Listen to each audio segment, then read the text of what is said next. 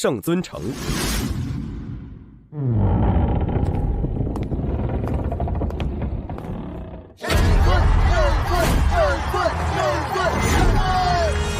持续了500年的战斗，牺牲了多少生死兄弟，终于在我这里结束了。我生，今天再无善论。对万世太勇。楼顶至尊宝座。 500年前，天地一品，突然间，众生皆具神力，随之而来的是人们被压抑在心底的欲望野心的爆发。一场持续了500年的被称为末法时代的大乱战开始，经历了无数的危机与机遇，让我变得强大。我凌云峰以举世皆无可匹敌的无上大能、压倒性的实力，一举平定了各方势力。世间终于迎来了和平，终于可以好好休息了。 现下，就让我好好享受这无比珍贵的安静吧。我不是说过，在这里的时候不允许任何人来找我的吗？哎，我可是你的师弟啊，对我还要讲那些规矩啊。师弟师妹里面就属你最皮，有什么事儿？道宗掌教的阴符密信。道宗千帆雪，这个极度自负、从不求人的女人，为什么会？ 发来与天下各宗约定，只有在紧急时刻建立的机密联络的音符。退下吧。走了，师兄。突然回想起一些羞辱的往事。15年前，恰逢我在一秘境寒潭修炼混元九转心法，就在星光打通生死玄关的重要关头，这个女人突然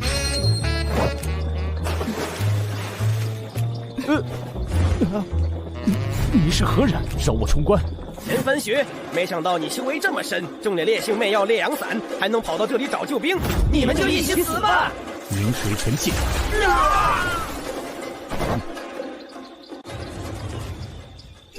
糟了，气流旁脉，走火入魔了。灵气凝神，道气归元，元气正落。他想干嘛？糟了！ 现在不能动，一动就前功尽弃了。哎，你还待着干嘛？情况紧急，借你解个毒。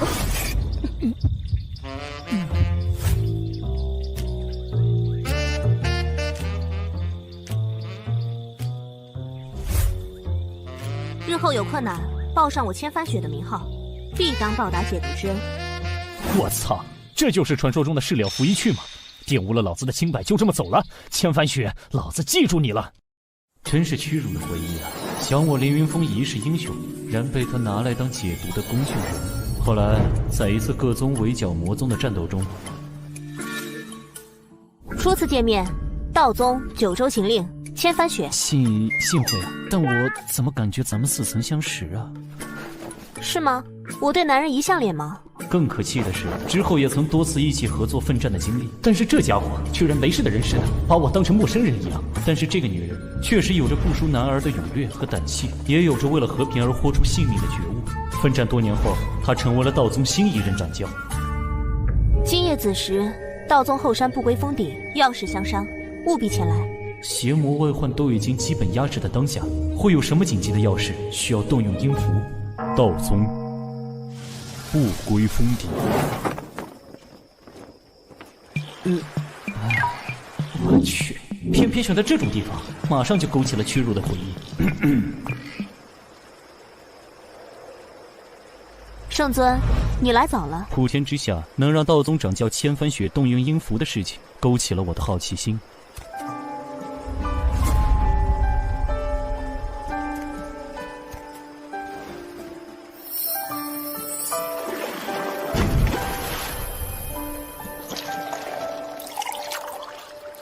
这是500年前的明茶大红袍，品品。说吧，是哪路邪道余孽要搞事情？事关我们的儿子。哦，我们的儿子怎么了？你在说什么？儿子？我们的？你先冷静冷静。你开什么玩笑？我和你除了一起打过几次仗，一没交情，二没感情，哪来的儿子？除了……没错，就是我借你解毒那次。好啊，你终于承认了。后面一起作战那几次，你还装作没事人一样，弄得我还经常以为自己走火入魔，出现幻觉了。就是我借你解毒那次。好啊，你终于承认了。后面一起作战那几次，你还装作没事人一样，弄得我还经常以为自己走火入魔，出现幻觉了。圣尊，请你冷静，这不是你的错。你让我怎么冷静？老子这辈子对女性恭敬有礼，平等待之，从没有越轨之举，却被你做了解毒的工具人，还拖走了老子的。最后你倒好，歪屁股来一个4两福音券，连句谢谢都没有。够了没？有本事声音再大点，弄到整个道宗山门都知道。你紧张什么？至始至终，又不是你做错事。对啊，又不是我做错事，我紧张什么？倒是你。没错，是我。所以这些年来，我也从来没想过要谁来负责。这次……等等，怎么了？我要先冷静冷静。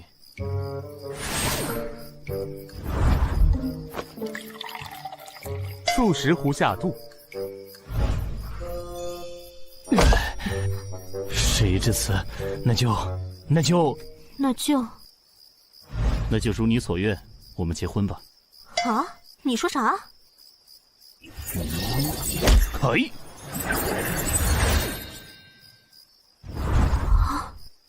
虽然你我没有什么感情，但是既然孩子都有了，结婚吧，日子你定。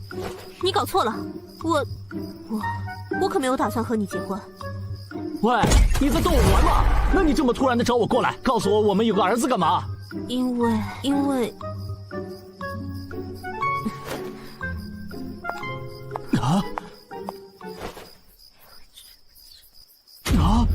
什么？我先回去想想法子，过几天给你答复。等等，怎么了？我突然跟你说有你的儿子，你就没想过我是骗你的？说心里话，你我初识之事，让我对你没什么好印象，自我中心，不懂礼貌，粗鲁。但是后来咱们一起面对的那些决死恶战，你那奋勇杀敌在前不输男儿的气魄，让我又对你有了改观，还挺欣赏你的。有时候还想过和你结拜为兄弟。谁稀罕和你做兄弟？还不快去想办法！那就过几日后见。啥情况？啥情况？啥情况？什么情况？什么情况？什么情况？儿子！什么情况？淡定，淡定。本尊心境一修至古井不波，水天止境，万千强敌于我面前都面不改色，现在怎么会心跳得如此厉害？不行，突然这么惶恐让我很不适应，要找人打一架才行。魔宗摘天阁。圣尊，快拉响警报！警报太慢了。叶万万，出来干架！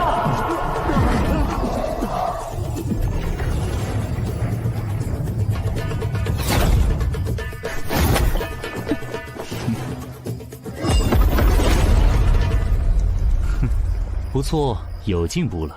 虎天之下能撼动我2成功力的护体金光的，除你之外也没几个了。凡尔赛的混蛋，怎么突然想过来虐人家了？心烦，想干架？来呀！咱们不是已经从良了吗？为什么圣尊还要过来？难道还有人偷偷搞事情，被圣尊发现了？冲突难道有大突破了？可圣尊打得有来有回的，不赖啊！嘿，蠢货，你个新来的，没见过圣尊当年一招杀灭魔教10大魁首的那份惊天神威？这样打法是什么意思？现在无聊在和宗主调情吗？现在他都没用力，气到圣尊别发火，把这边死的渣都不剩吧！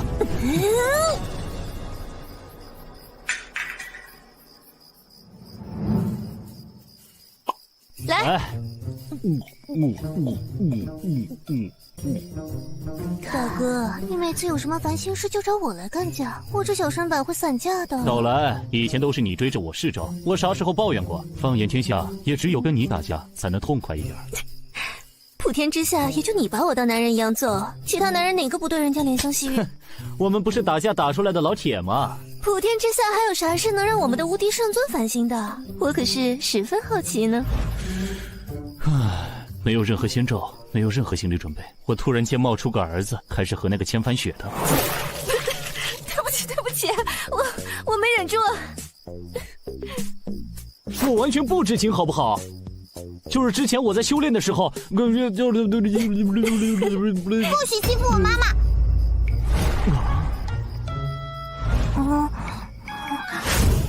怪坏蛋，离我妈妈远点儿！打死你！打死你！妈妈，打死你！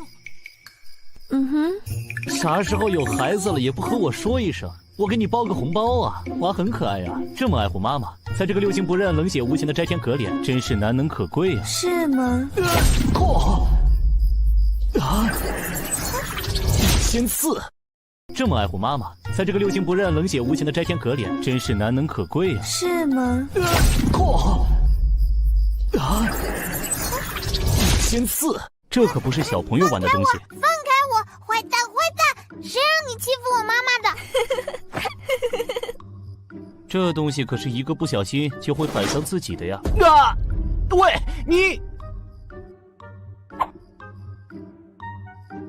哦，真是个顽皮的孩子，你可知道本村百毒不侵？好苦，好涩啊！这是什么玩意儿？这是他从五毒老那里搜刮来的无味丸，毒性不大，却无比难吃。别人看不上的东西，他却玩得挺溜。好涩，好苦，好涩，好苦，好涩！叔叔生气了，这可不是小孩子该干的事情。好苦，好苦！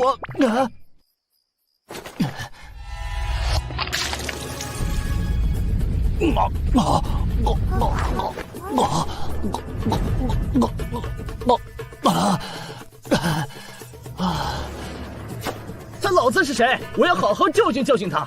居然把女儿养成这样，顽劣不堪！你女儿，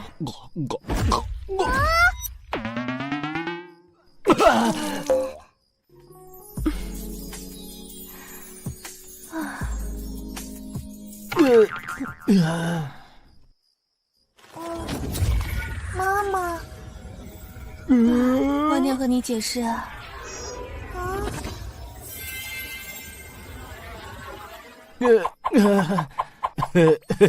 这不是青岛啤酒吧？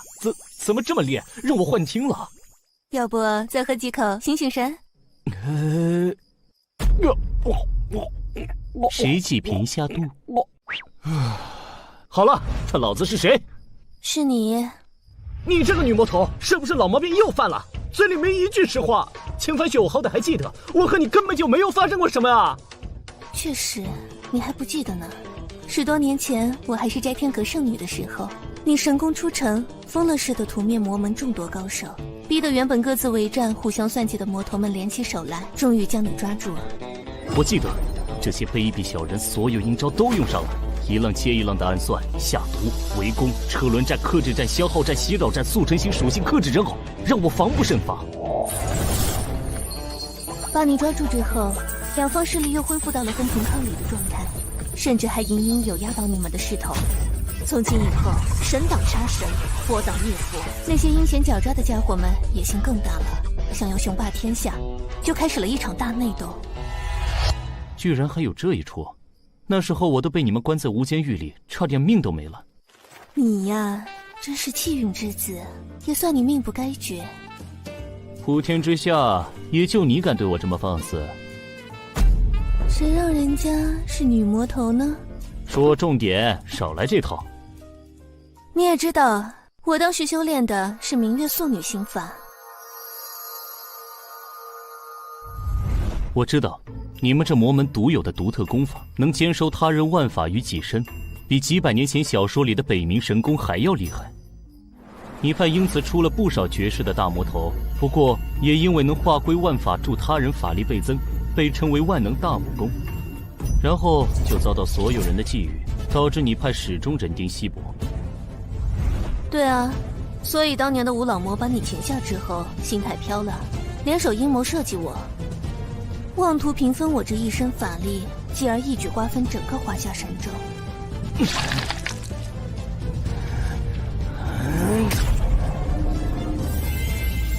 这几个人精老魔，狡猾奸诈，诡计多端，离经叛道，让我受尽屈辱。越想越气，他们现在躲在哪里？我想去把他们揍一顿，出出气。行了行了，要是你看到现在的他们，恐怕就气不起来了。哦，他们都在干什么？千手魔佛被你一招废了修为，闭关10日。据说大彻大悟，由魔入道，开始走遍神州大地，弥补曾经犯下的罪业去了。哦，我就说这家伙佛理通玄，遍及犀利，明明了悟佛理，为啥会入魔呢？唉，既然从良了，我还真下不去手。阴山鬼叟炼制驱策万千幽冥鬼王鬼将，自负天下无双，却被你使出的至真纯阳无垢的一剑杀灭3000凶鬼邪灵，吓得他心胆俱裂，神魂离散，现在住在精神病院重度病房。这还有其他几个？算了，真是恍如隔世，没想到他们的结局居然是这样。喂，你这家伙自从入了太乙境，真是越来越可怕了。随手就能把啤酒罐捏成稀释的七色幻彩石，拿来泡妞，要迷死多少女人呢？喂，别岔开话题，你还没说你是怎么……太乙境真是越来越可怕了。随手就能把啤酒罐捏成稀释的七色幻彩石，拿来泡妞，要迷死多少女人呢？喂，别岔开话题，你还没说你是怎么……后来嘛，他们联手做局，对我下了天下第一猛药烈阳散，企图乱我神智。我当然没那么轻易就范了，拼死逃了出来。又是烈阳散，我去！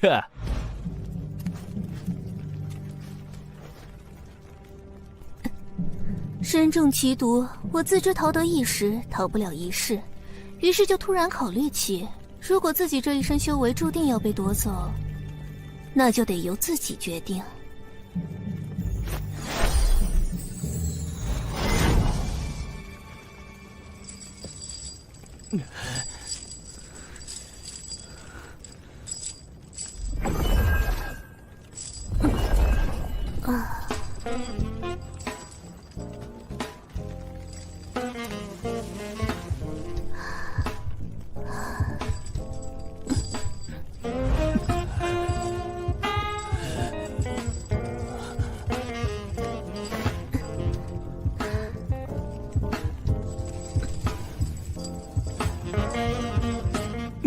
封魂术。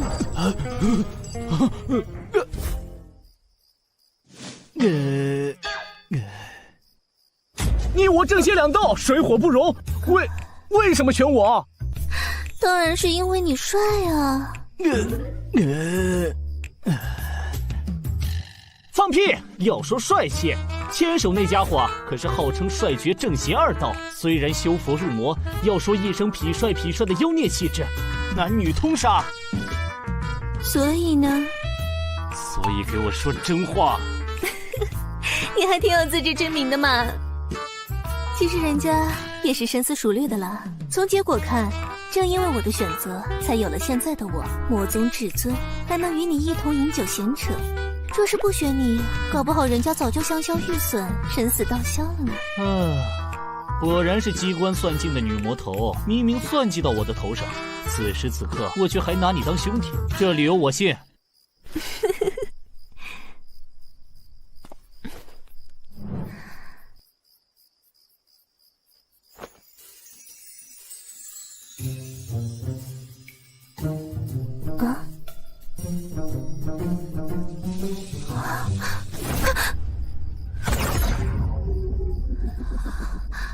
那么我们结婚吧。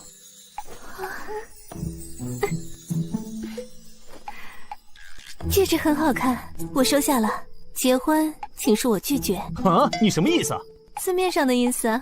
喂，你和千帆雪商量好的吗？都拒绝的那么干脆。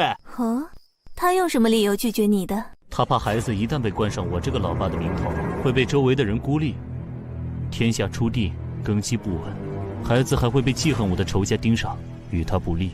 他说的很对啊，接下来要面对的问题还很多。你虽已当是无敌之能，强定天下，但是于内，你之下还有3散仙、4绝顶、5宗、8帮的绝顶高手们都在隐而不发，敛迹藏形，其中不少都在觊觎你这无敌至尊之位。于外，神州之西有大罗刹，统帅西域诸国，南摩尼、北韩离，东方隔着大洋自称天国的联邦操纵着东海邻国，都觊觎着我灵气丰沛。你还有不少硬仗要打，孩子会成为你的软肋。可是这里藏着的都是些杀人如麻、离经叛道、声名狼藉的大小魔头，这里会更安全。你可不用操这份心，他可是被称为摘天阁小魔星，而被这里的老家伙们畏惧着。这不就连你都吃了他的暗亏吗？小小年纪就这么狡猾，你就不担心他的未来？我也曾是祸乱天下的魔女呢，你怎么不担心我？我这……想想你当初为之奋斗的理想，我虽为你们口中的魔道中人，从来对和平安定一点都不感兴趣，但是有了玲珑后，让我觉得换种活法似乎也很不错。唉，突然间和2个最不可能的人有了孩子，我的心脏有点吃不消。那你最好让自己尽快适应。啊？为啥？因为胡可欣那只勾人的狐狸也给你生了个女儿呀。啊！你说什么？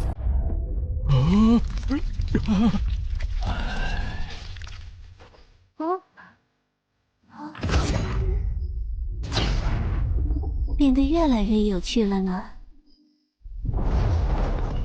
不可能，不可能！与这胡可欣相交之时，是当时为了和西南大月昆仑建立外交同盟之时。不可能，不可能！与这胡可欣相交之时，是当时为了和西南大月昆仑建立外交同盟之时。我的记忆全程都很清楚，根本没有发生过什么不可描述啊！不对，难道12年前神州人处五龙争逐的局面，西方大罗刹国生了东扩之心？第一步便是以大罗刹太阳王与九尾妖王胡可欣合军为王，先做下第5亲王白夜为师，至神州西南门户的万妖国度的大月昆仑让其称臣。我受托作为神州使节，单枪匹马赴昆仑。那一日，我一剑斩亲王，天下正动，大越国政变。完了！你都干了什么？大罗刹第5亲王白夜，大罗刹国地无法交易，被你一剑斩了，你这是少不了。动手之前可曾想过，大罗刹国降兵压境，我大越小小群妖栖身之地要好，你们神州政治内乱，立得住吗？国主尽可放心，正因不想战，才派了白叶子等人作为来使示威。只有斩了他，罗刹才不会即刻入宫。九州杀神凌云峰，不仅理财经验，没想到这胆也是厉害。承蒙夸奖。虽然大罗刹国未必成兵来攻，若是以此降目，强行让我归顺做他的远近，静观神州乱局变化，适时来攻，又方明天。大罗刹内部初定，表面一统，神作与王权力相互依附，10年之内经不起一战。他若敢前世再相遇，也让他问过此剑。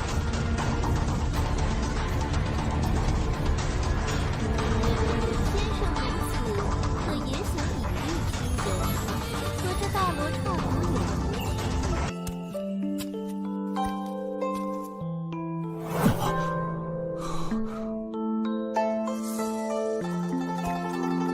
何说到底，我们这些夹在大国之间的边陲小弟，为了求得平安，便只有附庸、伪制、和亲进贡这点手段。那么，上使大人，您是想要哪个呢？还是都要呢？朋友，朋友，无分大小，和平共处，危难互助，平等之交。你笑什么？等等，这话太刺激，我有点反应不过来，让我消化一下。片刻之后，那么就在这剑还能立于此地之前，请多指教了。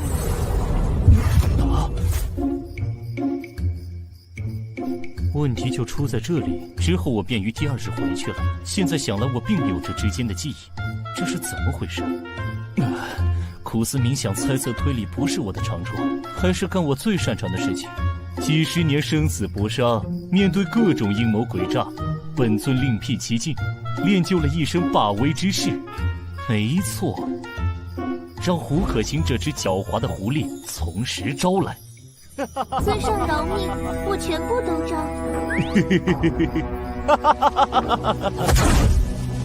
我们的圣尊已经心乱如麻，完全忘记了此行的目的。大越国政变，神户大罗刹上国特使臣驾临。啊，他们今天有外事。不对啊，我这会儿不是应该愤怒的，到这只祸水妖孽的面前，指着他的鼻子大声质问他的吗？我为什么要躲呀？我该怎么说呀？胡可欣，你当时是不是对我做了什么？给我从实招来！这样是不是有点凶啊？老爸，你来干什么？来找胡可欣这女妖精的麻烦。为什么你要找老妈的麻烦？当然是因为是谁？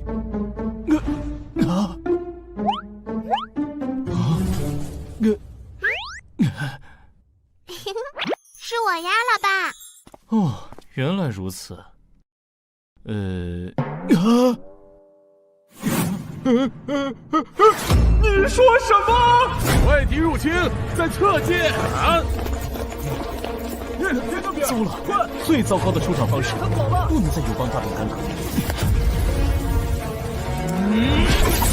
乾坤倒转！乾坤倒转，凌云峰入太乙上清境后修成的10大旷世绝学之一，能够将整个时空回溯至30秒之前的状态。曾经让无数强大的敌手尝尽败绩的绝学，现在居然被他用在这种地方。30秒前，是我呀，老爸。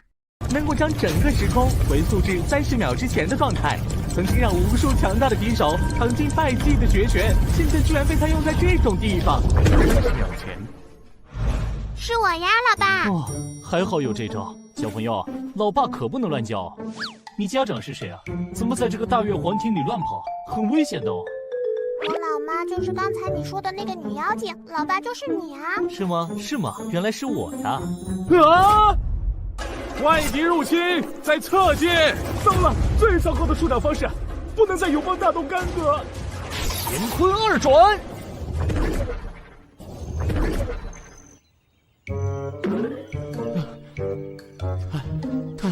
太突然了，差点乱我道心。我从未有过和小孩子战斗的经历，该怎么办？那个，你娘真的这么跟你说的？府上大人，你终于来看我啦！整整12年了，从小到大，我都在大殿顶上盼星星盼月亮的等您过来呢。昨天我还看到一颗流星，许了愿望，希望府上大人像一个大英雄一样从天而降，前来拯救我们。没想到愿望成真了。12年，看来他说的没错了。面对眼前这个渴望爸爸的孩子所展现的纯真，圣尊瞬间觉得愧疚万分，自责难受。对不起，老爸来晚了，来吧，爸爸抱抱。府上大人，你快救救母山国我吧！大罗刹国派了使者过来，向大越国索要进贡。国日突然又发文书要和母上联姻，要我嫁给他的第2皇子。联姻？这罗刹的老家伙贼心不死，年年都惦记着这事。趁着我神州出地500会改心之际，又偷偷来搞事情，对那狡猾的母狐狸贼心不死，还惦记上我的闺女。干嘛？替你们出头，教训教训这帮贼心不死的罗刹兵权。真的吗？府上大人，您真可靠啊！为什么被这孩子一夸，嘴角就忍不住的咧了起来？抓紧喽！大越国大殿，尊敬的大越国女王，1天时间已过，我大罗刹国圣王第2皇子与大越国公主的和亲请求，您安排好了吗？我儿年纪尚小，顾及婚嫁之龄，等再长些时日再探讨不迟。此时圣王早已为女王考虑过了，只需将公主接去圣都，一边接受最好的教育，一边和2皇子亲近培养感情，待到适婚之龄，即可举办举世皆知的盛大婚礼。大越国也能永享我大罗刹国之庇护，延年千秋万世。本王仅有一个女儿，若是离了太远，心下不舍。无妨，圣王思虑周到，若是不舍，已经将老师送了过来，先行照顾培养公主。我大越国虽是边陲小国，也不乏博学广识之士，不劳费心了。是吗？贵国可有人能比得上圣王费心为公主安排的名师吗？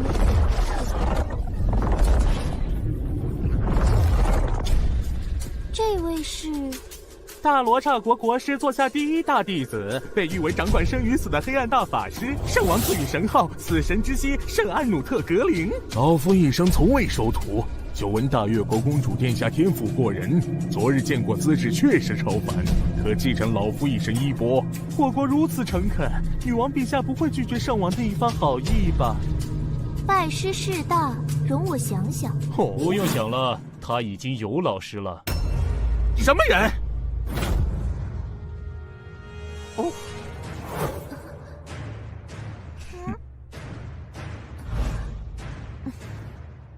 我倒是哪位呢？不讲礼仪，也不通报，就闯我这大越国殿堂，参见圣尊。您怎么来了？也不事先通知一声。圣尊，他是怎么办？传闻这圣尊一统神州，无人能敌啊！神州初定，百废待兴，诸事繁多。圣尊日理万机，怎么会有时间突然来此收徒？莫不是不肯让我收徒演的一场戏？对呀，我等刚到此地，即使他们要偷送消息，也不可能这么快赶到。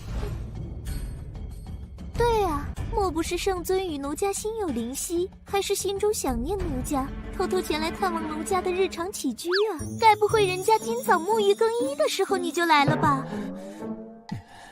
母上大人，乖，你怎么把他带来了？你这狡猾的母狐狸，倒是挺会利用我尊王。可是大使还不相信你是圣尊本人呢。神州第一人的圣尊要收徒，本使自是不便夺人所爱。不过，若是假扮东方大国的至尊，这个罪名可是不小。就让在下为了神州新君的颜面，试试你的真伪吧。不过，若是假扮东方大国的至尊，这个罪名可是不小。就让在下为了神州新君的颜面，试试你的真伪吧。哇，母上，这个老家伙和我们一样狡猾呢，用了这个借口，打赢打输都不得罪人。哼。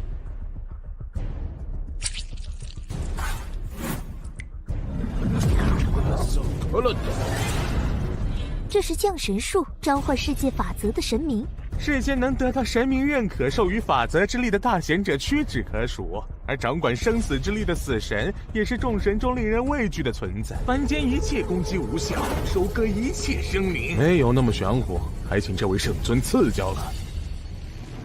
感觉好冷，这是怎么了？感觉好些了吗？不冷啦。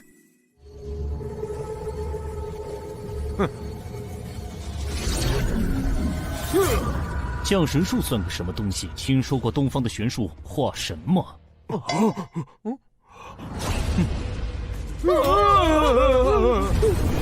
无斗冥王尊者化身现世神，我即是神灵。这不可能！神威！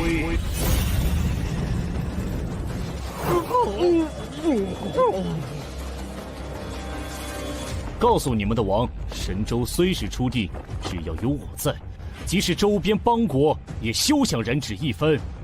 是，滚吧，回去打听打听12年前你们的白夜亲王是怎么残废的。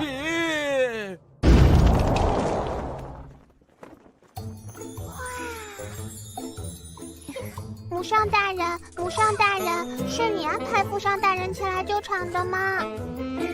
我也不知道啊，罗刹使者来得突然，圣尊是如何得知此事的？本尊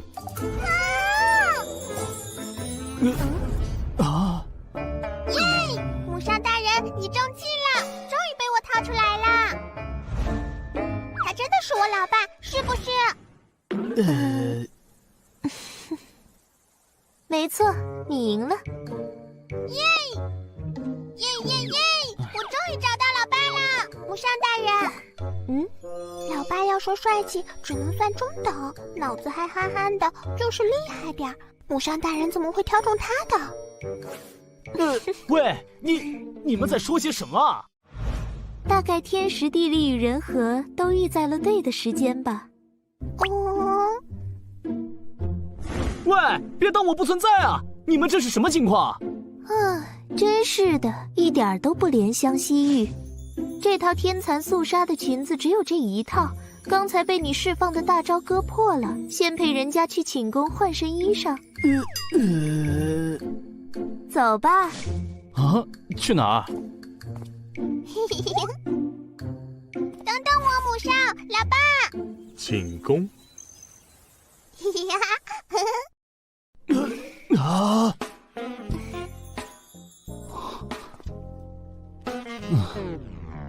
你咋不看呢？母上大人不好看吗？小小年纪想什么呢？这叫尊重。外面的雄性哪个不直勾勾的盯着母上看？那代表母上大人有魅力呀。你老娘平时都怎么教你的？我用自己的一切魅力征服对手，以柔克刚呀，欲拒还迎呀，大棒加萝卜。怎么样，这小家伙很机灵吧？哪有你这么教孩子的？这小家伙学得可快了，狮虎帅、大元相的崽子们都被他训得服服帖帖的，唯他马首是瞻呢。歪理，快说，到底怎么回事？这小家伙懂事之后，就一直想知道他爹是谁，我始终没告诉他。爹是本尊，很让人丢人吗？所以我和他玩了一个游戏，让他自己找。人家翻遍了大越国的外事目录，把10几年前所有可能的人都列了出来，然后一个个的试探，就还剩几个了，其中就有父上大人。没想到父上大人自己就找上门来了，然后我就顺水推舟，一边让父上大人来救场，一边就可以从母上大人这里来套话了。哦，我懂了，我懂。素质教育，寓教于乐，对吧？作为大越国下一任女王，在大国包夹之下纵横开合，左右逢源，这是必须掌握的技能，也是她未来能够保护好自己，守护好万千妖族子民的王道。那就不当这个公主了，做个快快乐乐的孩子。世界上不太平，我等王族必先承其重。世界上不太平，我等王族必先承其重。我想要的太平，不只是一国之太平，而是让渴望太平安乐的人都能够享有。我希望孩子能无忧无虑的生活。真的吗？人家可讨厌当什么公主了，要学那么多礼仪，背那么多周边国家关系的情报，吃到好吃的东西还不能吧唧嘴。12年前你说这话的时候，人家当成了一个愣头青讲的笑话。现在我很期待实现的那一天。不对，说了半天，你还没告诉我，你到底对我做了什么？为什么我什么都不记得？母上大人，您对父上大人用了那招。不愧是我家的宝，真聪明。啥招？我大越国建国数百年，不仅仅要靠手腕，也要有强大的后代。目标首重情义和实力，次看背景与权势。但是那些目标人物大都是惊才绝艳、惊世无敌、手眼通天之人，或有伴侣，或有联姻，或诸事牵绊。如无看家手段，哪能次次如愿？母上大人说我九尾狐一次，中招只可随100步。母上大人，10多年前，父上大人虽然厉害，和当时顶尖的大宗师们也还有差距吧？您为啥选中了他呢？对啊，为啥盯上我了？我也太无辜了吧！大约是人家唯一一次被某人的率真和勇敢勾起了魂吧。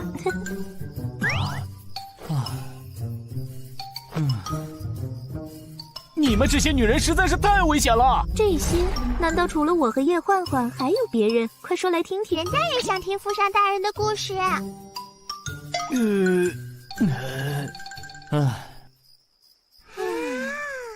呀，首先呢就是不啦，然后呢就是1个小时之后。既然他们都不肯和父上大人结婚，不如就由母上大人和父上大人先结婚吧。这个不行。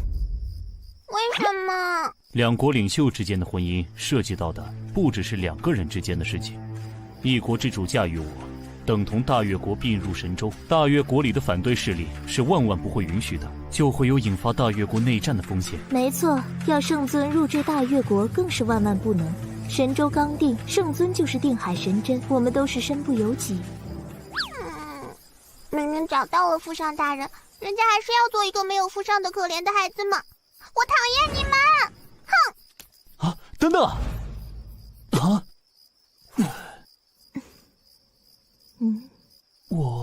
这就是生在帝王家所必须承受的。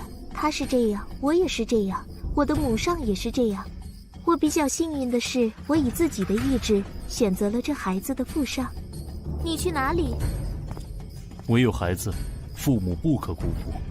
我会想法子的。走之前先陪陪他吧。知道你是他的父上，其实他很开心。啊？你怎么知道？我们狐狸啊，一开心起来，尾巴就会不自觉地摆动起来，比嘴巴诚实多了呢。那你岂不是也很开心啊？此时此刻确有些许。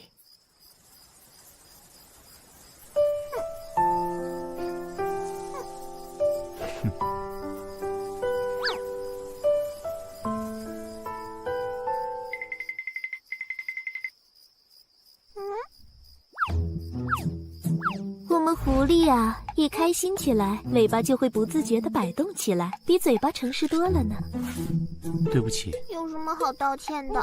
大人们都有很多身不由己，我还是小孩子，不懂很正常。要不是那只母狐狸说，这孩子摆动尾巴其实是很开心，孩子的心思还真是难懂呢。干嘛摸我头？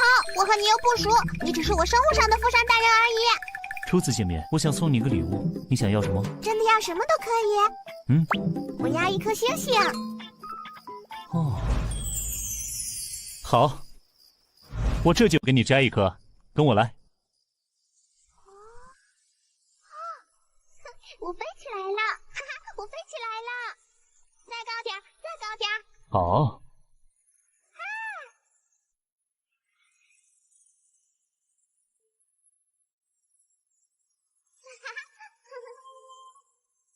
第一次这么近看星星和月亮。看仔细了，我要摘星星了。口能吞日月，手可摘星辰，一星反斗。星来。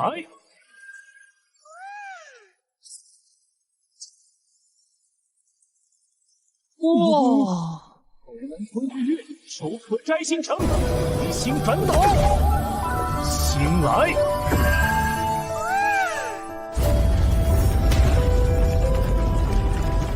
哇！完了，星星陨落了。圣尊还是那个圣尊，总喜欢搞点大动静。要撞过来了，救命！莫怕，看我的！那须命运借此。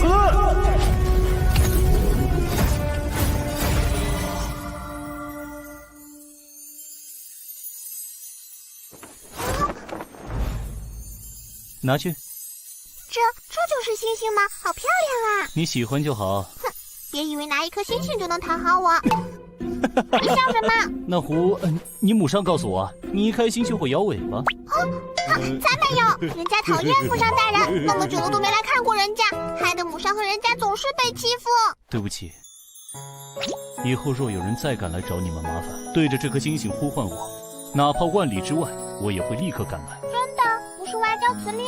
真的，你父上大人可厉害了，说到做到。我相信父上大人。星星摘来了，回去吧。好。我还不知道你。我叫轩轩，带草字头的。轩轩，真是个好听的名字，我记住了。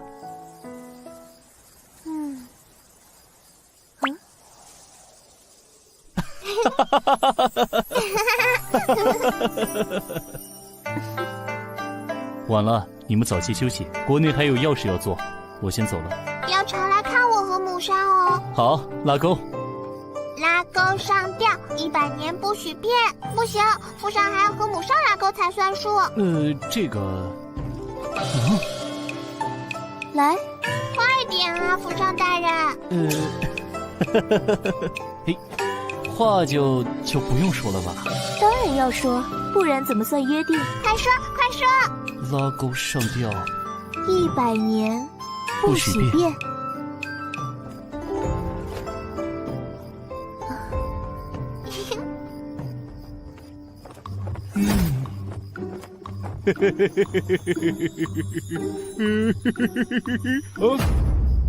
我去，本尊这是怎么了？居然会这么失态！东西怎么又乱了？深呼吸，深呼吸。圣尊因为初为人父，不自觉地感觉到温馨，从而感觉到自己从未感受到的情感体验，而变得过度紧张，意外开发出了新的超绝法术——吞吐天地。我去，心里还是紧张的不行。突然间有了儿女，还是和那3个根本不可能的女人，我一点心理准备都没有，怎么办？怎么办？啊，有了，找文玉峰那家伙商量商量。他可是被称作圣天一部的无双谋士的家伙呀。说走就走。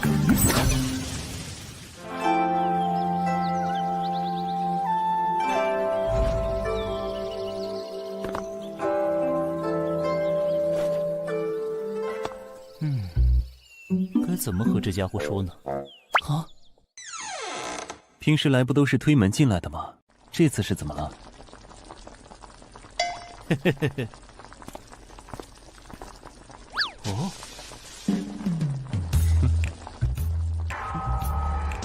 快来快来，整2口。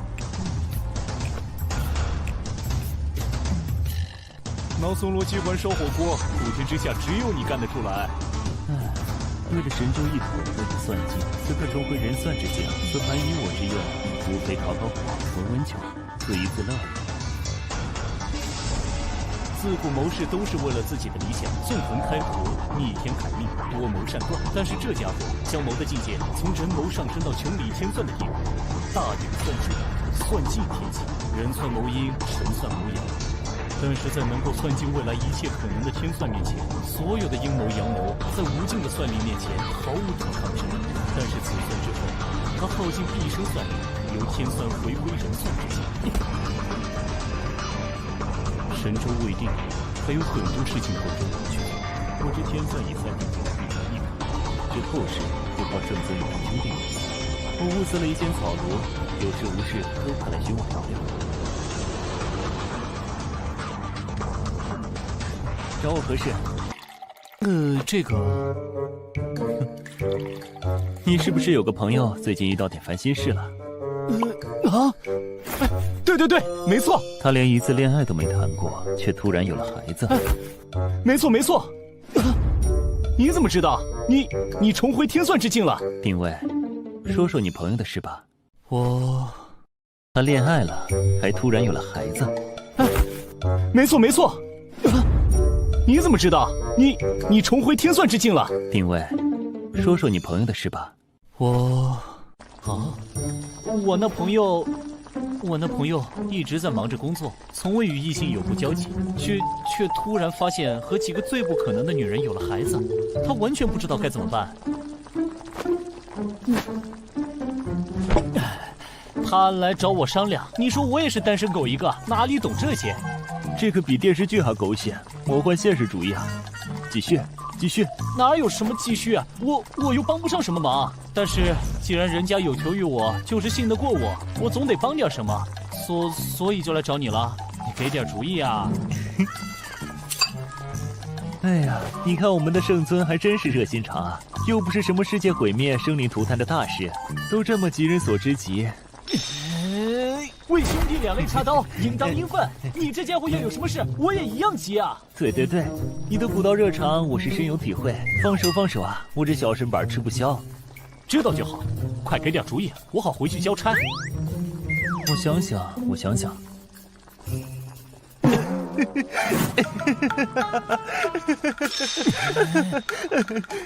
不行了，我装不下去了。喂，你在耍什么活宝啊？知不知道你现在很欠揍啊？喂，你知道15年前我使了那此生唯一一次的大眼天算吧？怎么突然提这茬？我曾经告诉过你们，大眼天算是算尽一切可能性的天算神术，一切人谋尽在天算之内。其实只有体验者才知道其中的秘密。脑子里出现的并不是什么9宫、4盘、64卦、天干地支那样的算术、符号和文字，那是一幕幕真实的画面，从起点开始看到一切的可能性，失败的、接近失败的，各种成功的可能性。各种？是啊，各种。也有我一统天下，而你在5年前为了救我化作白骨的结局，也有被牵手一统魔道，继而以力道涂炭生灵之后，神州尽归一人的结局。这么神奇？那现在这……你的奇遇，你和千帆雪、叶焕焕、胡可欣的事情，是从算术刚开始之后，我选择了某条未来起点的结果。这么牛的吗？所以你全都知道了？不仅知道，可能比你还要清楚哦。那你怎么不早告诉我，让我现在这么难堪？轻点轻点，不知小身板吃不消啊！怎么感觉你才是这个世界上最厉害的人？所有的一切都逃不过你的五指山，并不是你想的那样。真正厉害的是你啊！我只是做了选择，其他的一切都是你自己的人生，你的感悟，你坚定的理念才得到的这个结果。那你为什么不选择你来一统天下？以你的才华，搞不好这个世界会变得更好。因为那个结局里，无论怎么算，都没有我们今日煮酒吃火锅，谈人生的美事啊！来，唉，既然你什么都知道了，那么接下来我该怎么办？你也一定都清楚了，快告诉我吧。若是能算进古往今来，恐怕我的脑袋早就爆了。我的算力仅在此刻为止。即使算不到，凭你的聪明才智，也可以帮我出主意吧。若是行军打仗、布阵行谋，我还能帮上一点忙。问题是我和你一样，光顾着打仗，都没时间谈恋爱，更不要说孩子了。唉，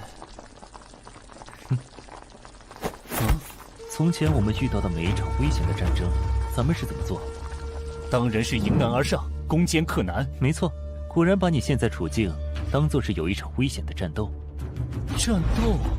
可是这不一样。没什么不一样的，咱们的圣尊怕过什么事情？既来之则安之，上吧。则安之吗？说真的，你还真让人羡慕呢。千帆雪、叶欢欢、胡可欣这些特立独行、容颜绝世的美人，都和你有了孩子，人生不是开始变得很有趣吗？做好了心理准备，你才可以坦然地面对更多的惊喜呢。加油吧，我的好兄弟！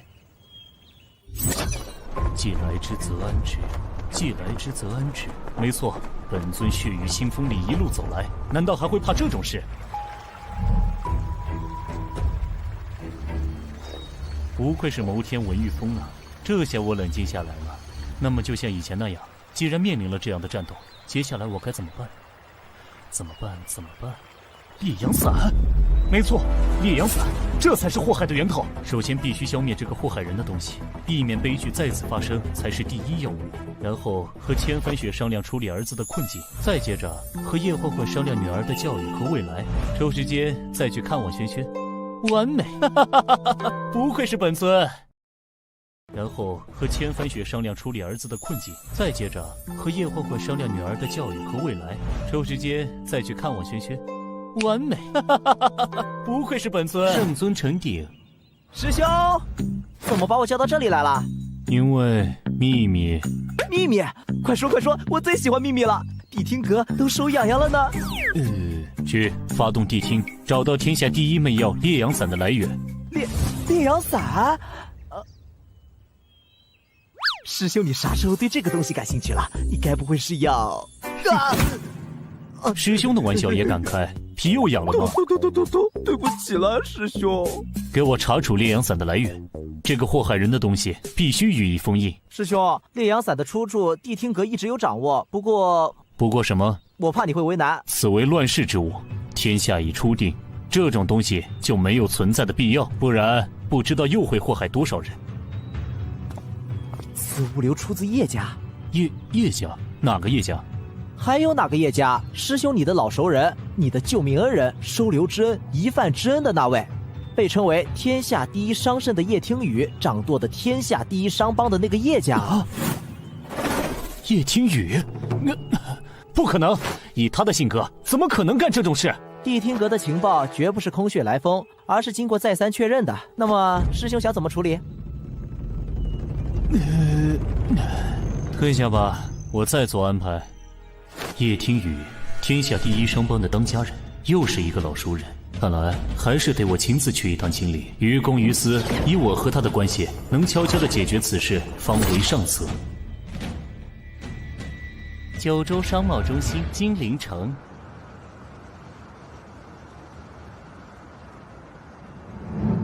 叶家总部大楼。天眼通顶峰境界，天眼灵剑不漏关。大楼有半圆形的结界6层，大楼共有5等分，一层比一层有着巨大气场的气芒，地面下有着露天的大阵，还有楼中的5个超级高手看着散发出来的气芒，应该是天下前20大高手的水平。维持这些结界所需要的物资，就算是日费千金也不为过。前20大高手，每个都是万金难求之人，不愧是天下第1大商帮的手笔。叶听雨这家伙软硬不吃，油盐不进。此行是我私人目的，若是用圣尊正式的身份来此提出干涉牵连甚广的地下产业不合适，传出去必会贻笑大方。我又欠了他天大的人情，也不能像在大越国那样以力道压服罗刹特使。还是悄悄进去，低调的处理比较好。他总不会不卖我这个面子。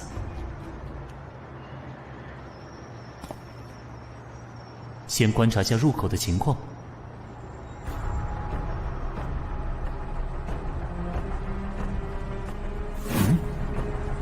员工卡吗？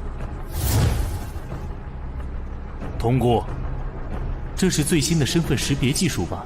将人的身体基因层面的信息封入在卡片上，通过天眼进行核验。即使是最高超的易容术，只能改变容貌甚至骨骼，但是绝对无法复制目标的基因信息，几乎完美的识别体系。不过放眼天下，能够混进去的人屈指可数，本尊也是例外之一。想当年潜伏刺探的事也没少干呢，有些寄养了呢。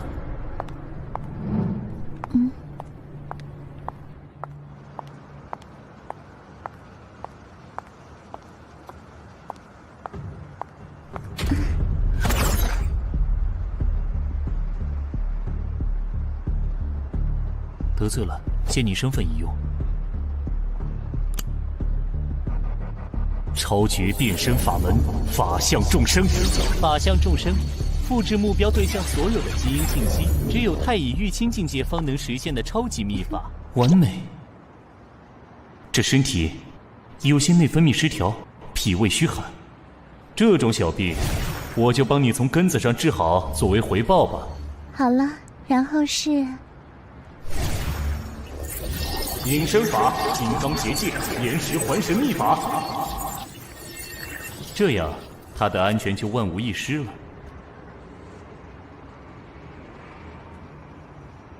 请出示识别卡。天眼通，和光同尘。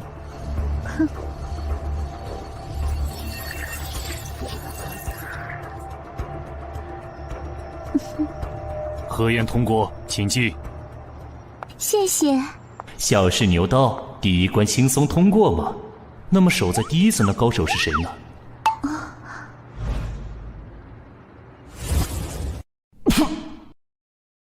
谢谢。小试牛刀，第1关轻松通过吗？那么守在第1层的高手是谁呢？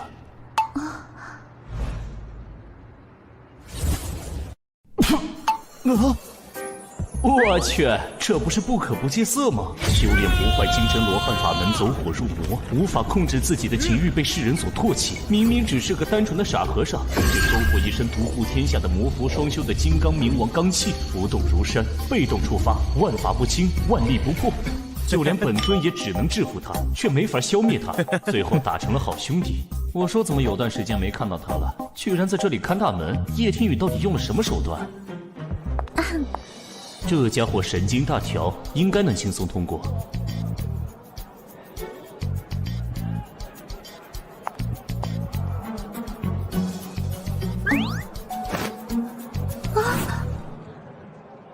我去，什么情况？难道穿帮了？哪里出问题了？喂，昨天你爽约了，人家在好太要等了你一宿，你干嘛去了？人家可是为了你精心准备了一场脑洞大开的约会呀！他们还有这一腿，这也太巧了吧！这身材直戳不可不戒色的口味，加上他的反差萌，反倒成为妹子们的心头爱。你要怎么赔人家这片被辜负的真情啊？我去，放开我！你不告诉我原因，我就不放开。你哪怕红了我都不放开。还好我知道怎么对付这家伙，不然真的就麻烦了。狠狠地扇他一耳光，然后把问题抛给他。什么原因？你问我？你不会自己想吗？对不起，亲亲，我错了，我反思。没想清楚别来找我，我要工作了。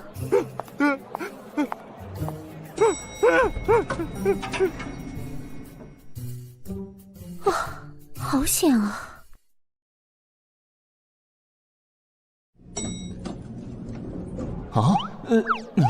每隔20层电梯就换一次，为了防止潜入者一路直升顶层，思虑周详，真是叶家的风格。这层的守门人会是谁？糟糕，算胜！吴应生，此人天赋异禀，过目不忘。本是东方世家第一谋士，唯独败在文玉峰的天算神术之下。东方世家落败之后，这家伙也失业了，没想到也藏在这儿。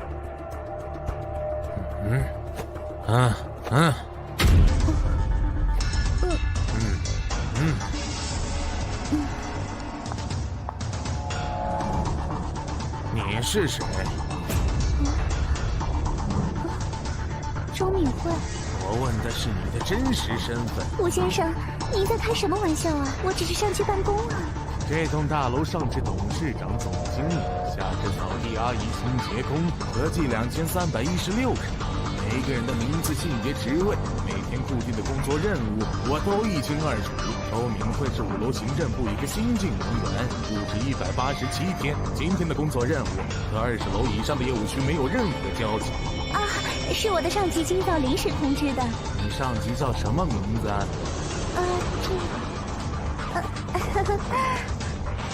怎么办？能在这个老头面前说谎的人还没出生啊！有了！乾坤斗者也是我的，乾坤我定！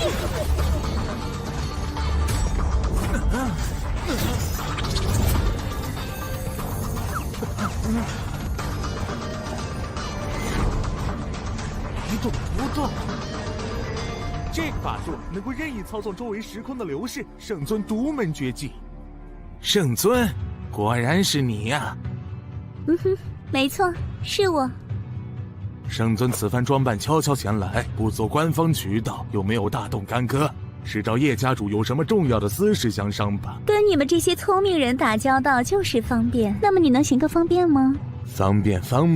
如今在下给叶家打工，求个安身之所。圣尊与叶家家族渊源深厚，私事更是能够加深这种深厚的关系。在下顺水推舟，做个人情也是应当。老狐狸，难道在哪里都混得开？不愧是算圣，待在这里不会大材小用吗？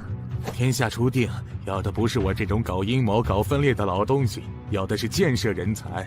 老夫失业了，得罪了太多人，想要有个安身之所，已是难得。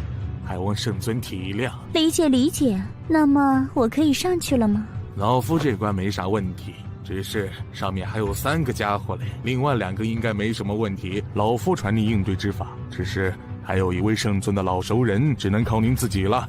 谢谢，此番帮忙，日后相报。上面还有3个家伙嘞，另外2个应该没什么问题。老夫传您应对之法，只是还有一位圣尊的老熟人，只能靠您自己了。谢谢，此番帮忙，日后相报。不客气，还望圣尊罩着。好说。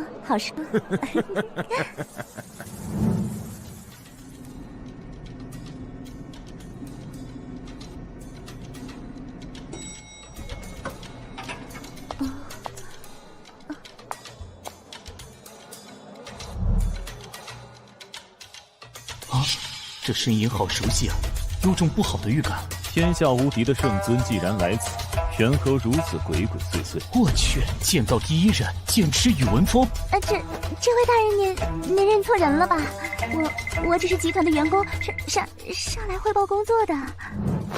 外表可以改，内在可以变，唯独人之神韵不会变。圣尊乃是我毕生追求的目标，细举一动所展现的气质，在下不可能认错。这里没有其他人吧？除我之外，并无他人，圣尊大可放心。你这最精剑道极境的剑痴，为什么会在这里看门？他们到底给了你什么条件？一个可以名正言顺向圣尊求见的机会。周武练剑啥时候不行？为啥偏偏选在这里？神州初定，能够让圣尊有心对招的机会少之又少。有一个人告诉我来此处等你，机会自会到来。又是文玉峰那家伙的鬼主意吧？我已人中无敌，圣尊则开创了前所未有的更高境界。若是称作半神之境也不为过，让我为之着迷。你这话要是旁人听起来很尴尬呀。还请圣尊接我一剑。哼，来吧。无上剑道，一剑归去。不愧是剑道第一人，这也是剑道极致。只是朴实无华的拔剑4项对手，却在一瞬间行云流水一般完成这一切。换做普通人，还来不及反应就已经死了。但对能够任意操作周围时空流逝的我，却还是没有威胁。本尊也希望未来能够有能跨越臂障来到同一境界的对手。虽然不知道要多久，此招便是我助你开悟的礼物，有着附上无上道印的印证。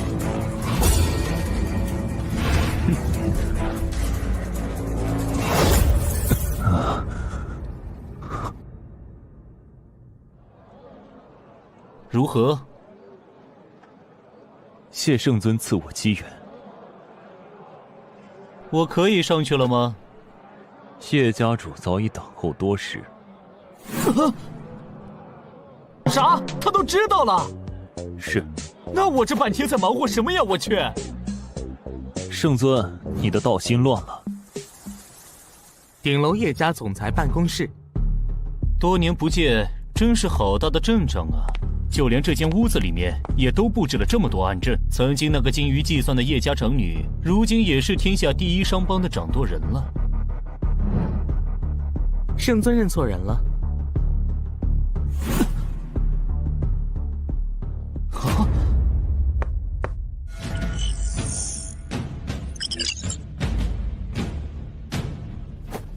圣尊请坐。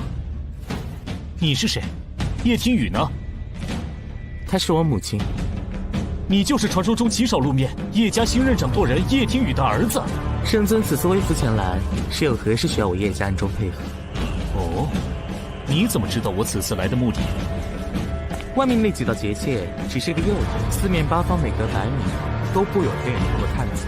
圣尊刚到此处，我便已知晓。哦，也许我是来兴师问罪的呢。若是圣尊想来兴师问罪，外面那些结界可防不住。所以我便暗中试探，从圣尊上楼开始。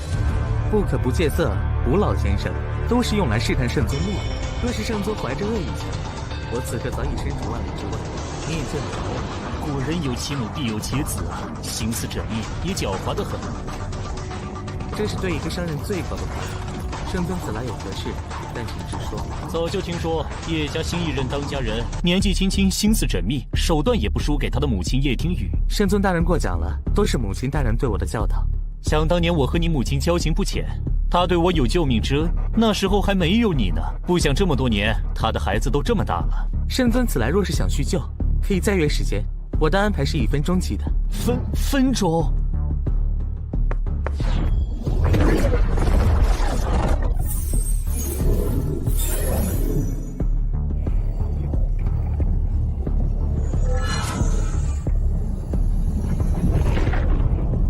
麻衣神术最高秘法的9州小乾坤法，居然被拿来传递情报做商用。普天之下能够有此财力和人力布下此等奇阵的人屈指可数啊！分钟？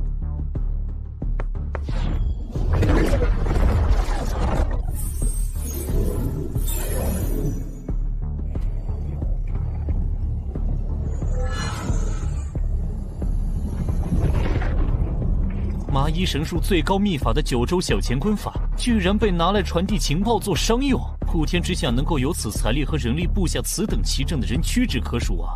小小年纪便日理万机，情形不辍。想我在他这般大的时候，还是个在江湖中挣扎求生的江湖小子，这小子的前途不可限量。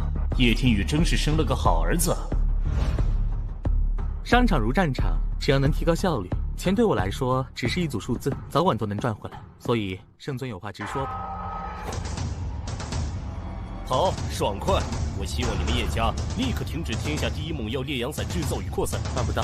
好险，拒绝的这么干脆，哪里把本尊放在眼里？不敢。圣尊若是想进，只需要发布一道圣令，神州之内谁敢不服？又何必像现在这样悄悄前来，浪费双方的时间？此物为祸江湖甚深，留在世上只会制造更多惨剧。本尊尊私下来有此要求，你都不能答应。我乃叶家新任当家，若是随便来一个人，随便一个要求，便要我停了场地，叶家岂不是很难通？更何况，烈阳伞本身只在机场范围流通，不知圣宗为何执意要停。这烈阳伞乱人心性，祸害无辜，本就不该存在于世。即使没有烈阳伞，天下迫害人的苦要多少有多少，圣尊您查得完吗？慌得完吗？叶家小范围流通烈阳伞，背后有着极其重要的牵涉圣人，岂能因为圣尊一句话说停就停？放肆！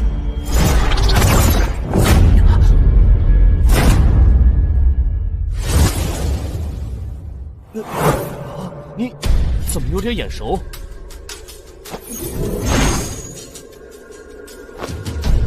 本来圣尊开口了，莫说是这区区烈阳伞，就算是要我叶家原地解散，只要圣尊一句话，我叶家又岂敢说半个不字？这天下又岂敢说半个不字？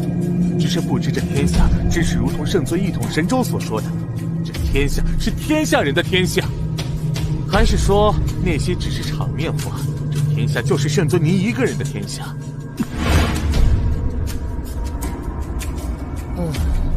好小子，拿我的话来堵我的嘴。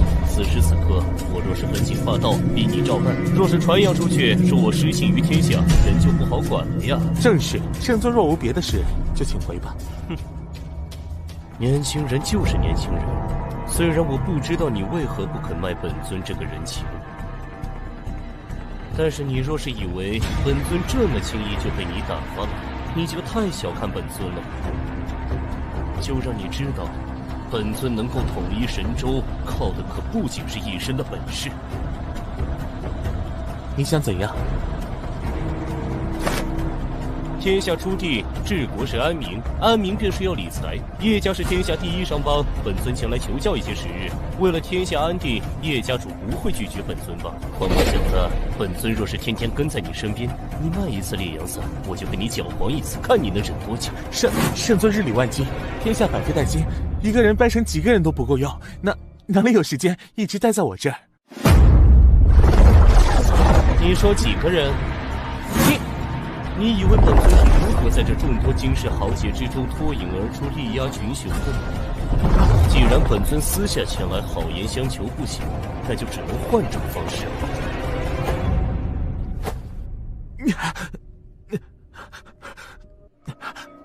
这招元镜法相多费些精神，不能长时间施展，不过维持7、8个月还是没什么问题。儿啊，知道咱们圣尊的厉害吗？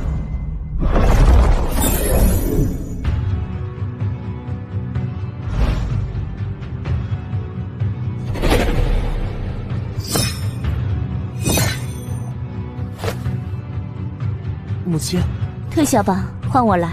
是。真是许久不见了呢，圣尊，一来就给我儿子一个下马威。好久不见，天宇。时隔这么多年，这个女人还是让我心里发毛。圣尊为何如此执着于烈阳伞？只是我一朋友深受烈阳伞之害，还有多少江湖豪杰深受其害。若不是你叶家为了江湖正道，我一定让他关门大吉。圣尊可知这烈阳伞的本名？烈阳伞真正的名字是叫送子观音的一种神药。送子观音？我去，还真是。这本是治疗女性不孕不育的神药，曾经帮助了许多无法生育的人实现了拥有下一代的梦想，也包括我。送子观音？我去，还真是。这本是治疗女性不孕不育的神药，曾经帮助了许多无法生育的人实现了拥有下一代的梦想，也包括我。啊，你？没错，我28之灵，天魁却始终不治。家里遍访名医，诊断我为孤阴之身，这辈子注定孤独终老，无儿无女。最后我找到了药王谷，求得了此药配方。药王谷？药王谷济世救人为宗旨，莲心怎么可能做出这种害人之物？不，怎么圣尊也认识莲心？他可是很怕见生人呢。一心钻研仙道，已属之极致。那是6年前的事了。哎，喂，现在是我在问你吧？别扯开话题。哼。送子观音药性神奇，女性服之，则隐忍身，构体再造，可使绝地重生，3日内必能珠胎暗结。但也因为药性过于强烈，通体灼热，情火催生，也有用心者拿来害人。这难道要怪药和医者本身吗？既然你都清楚，为何还要在拍卖会上将烈阳伞流出？唉，这都是为了保护莲心，也想要保住这能拯救万千女性的奇药啊！一离开叶家不久，江湖上便出现了别有用心的邪恶之人，滥用此药害人之用，继而愈演愈烈。我曾极力阻止，却始终防不胜防。那些恶人甚至会搜寻不育患者前来求药，所以我有了一个计划。叶家一边终止了送子观音对外的销售，换之以2月春风的名字，并对病人进行隔离治疗，杜绝此药的流出。而后以烈阳伞的名头，在黑市继续少量流出，久而久之，江湖便只知天下第一猛药烈阳伞，忘了送子观音。而这2月春风则继续造福患者。换汤不换药，真像你这个女商人的作风啊！这是我能想到的最好的办法。换做你，有什么更好的主意？可是这些流出的烈阳伞也是为祸不浅啊！没有烈阳伞之前，江湖上仍旧有奇效同欢伞，烈火一支柴，为祸江湖。而这送子观音却拯救了比这数以千倍渴望求子的家庭。烈阳伞的小范围祸害，换取对千万不孕家庭的拯救，换作圣尊，该如何抉择呢？停！论理我说不过你，你赢了。但是我那朋友被这烈阳伞坑害不浅。既然你已找到控制2月春风的使用方法，你能否停拍此物？就当我欠你一个人情。5个。这什么？喂，你当这是菜市场讨价还价？5个太多了，2个，最多2个。4个。不行，还是太多了，3个，最多3个。成交。我怎么感觉有点不对劲啊？你怎么答应的这么痛快？因为莲心已经研究出了新药，副作用已经没了呀，所以我们本来也打算停了此药。我去，我懂了，你们母子俩联合起来套路我是吗？从一开始你儿子下套试探我，跟我对着来，想要我生气，以此来探明我的来意，再到你出场来和我谈条件，从始至终，我一直都在你们下的套里。自你冷酷无情、无声无息，静悄悄地从我身边人间蒸发的时候，比起来确实进步了很多嘛，能看出来上人的门道了。喂，什么叫悄悄？我只是不想给你们惹麻烦。小猫小狗养了1年多，又是疗伤，又是共吃共喝的，就算要走也会道身珍重。只有冷酷无情的人呢，才会突然失踪，不带走一丝尘土。喂，刚才不是说的好好的，怎么突然提这茬？我那是万不得已。再说了，你对我的收留之恩，我也有感激你啊，不然哪有你叶家今天？就算两两相抵吧。所以接下来就请圣尊你还我人情吧。这么快？你是不是早就算计好了？你这奸商！叶总把我想的唯利是图，这事很紧急，刚好满足条件了，我就只能刻不容缓。少唬我！有什么事能让商场上无往不利的天下第一商人叶听雨都办不到的？就算是我，也有无能为力的时候啊。喂，你怎么了？你突然这样，我们还怎么吵下去啊？其实你可以不要用商人的手段来伪装自己，就算不是交易，咱们相识那么久，你有什么困难，我也愿意尽力来帮你的。救救我们的儿子和女儿吧！我已经没办法了。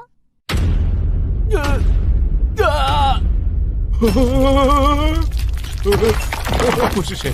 我在哪？我从哪里来？要到哪里去？我说这孩子像谁呢？这和我少年时简直是一个模子里刻出来的呀！我们是什么时候有的孩子？我走之前对你恭敬守礼，从没有越轨之举。谁要你恭敬守礼了，笨蛋！我们是什么时候有的孩子？我走之前对你恭敬守礼，从没有越轨之举。谁要你恭敬守礼了，笨蛋！啊！你说啥？一切都是冥冥中的天意。送子观音，合之已久，女子服之功效如前所说，男子服了就会……男人吃了会怎样？18年前，我备好的药酒正要喝下，却被伤势意外打断。18年前。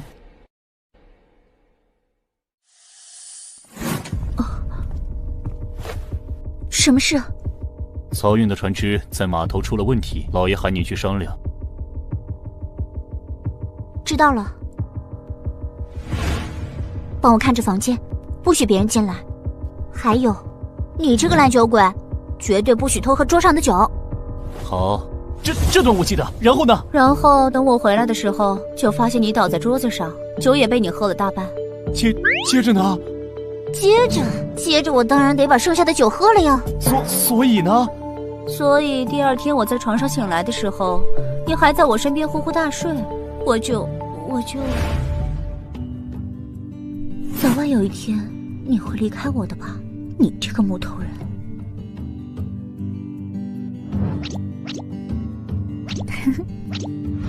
你就什么？我就给你摆回桌前，装作什么都没发生的样子，免得大家尴尬。为啥？我凌云峰是那种不负责任的人吗？当时的你如果知道这事，会永远留在叶家，留在我身边吗？为什么你觉得我不会？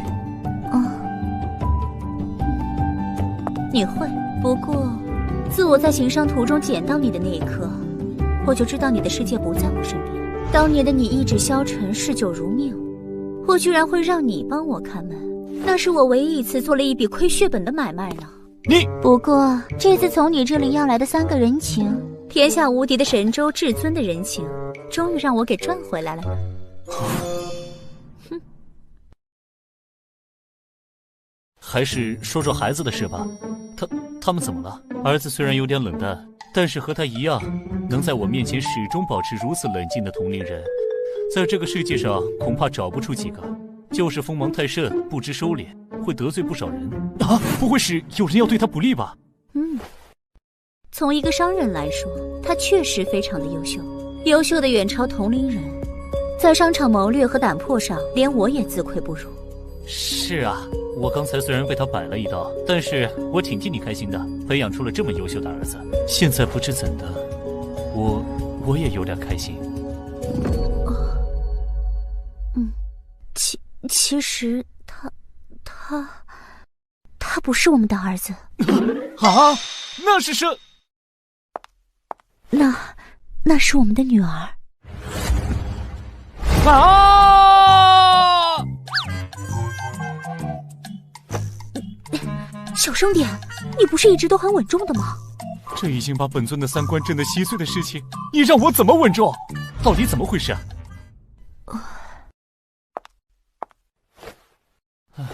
快说说吧。生下他们兄妹俩之后，叶家的事业正处在动荡之际，父亲作为宗家之主，只得我一女。在那战乱的时代，外有商家对手虎视眈眈，内有分家时刻觊觎，我若不能接手，则叶家必将分崩离析。所以我几乎所有时间都投入到了家族事业当中。你能以一人之力扛过那段动荡的时期，还将叶家做成了天下第1商帮，其中的苦和累不足为外人道。我能将神州一统，也多得你的助力，不愧商圣叶听雨之名。即使是现在，我也非常的后悔，我如此拼命地投入在家族事业上，而错失了对孩子的陪伴和照顾。所以孩子就成了现在这样。他们兄妹很心疼我，非常的懂事，但是他们6岁的时候，被绑架了。什么？你怎么会这么疏忽？这把椅子是300年前第1人武当掌教武玄通的心爱之物，雕圣龙印图离世前最后一件雕物，传世孤品，记得赔。你这家伙伤性不改，从认识你开始就没变过。承蒙夸奖。刚才被你设计，现在可别想再给我下套。乾坤小转，怎么样？完好如初。如果当初什么？怎么样？完好如初。如果当初什么？没什么。那次绑架发生的非常突然，也非常的蹊跷，至今我也没有找到任何线索。那日我按照叶家惯例，对各地的核心产业查账，小姐，大小姐，跟在我身边那么多年，教过你多少次了？遇事不要慌张。你知道吗？怎么可能？那些保镖都是当时数得上的高手。事情就是这么离奇，小少爷和小姐就这么失踪了，只留了一封绑架信。快，随我回去！我动用了家族所有的情报资源，都是废物，也没有找到任何线索。能够在这么多高手的保护下掳走他们，绝非等闲之辈。能够请得起如此高手的，就算靠排除法，不难锁定目标吧。商场如战场，又不似战场。若是两人互相搏杀，无非一死一伤，或者同归于尽。而商场拼斗败者，整个家族几百号人，可能一夜之间一无所有。所以敌人很多，各个机关算尽，小心谨慎。弄出这般动静，线索几乎不可能找到，根本无从推测，谁都有可能，就是谁都可能不是。那后来是怎么找回来的？一直没有找到，只是突然1个月后。小姐，有消息了吗？少爷和小姐回来了，就在门口了。那怎么不接进来？少爷不许任何人接近。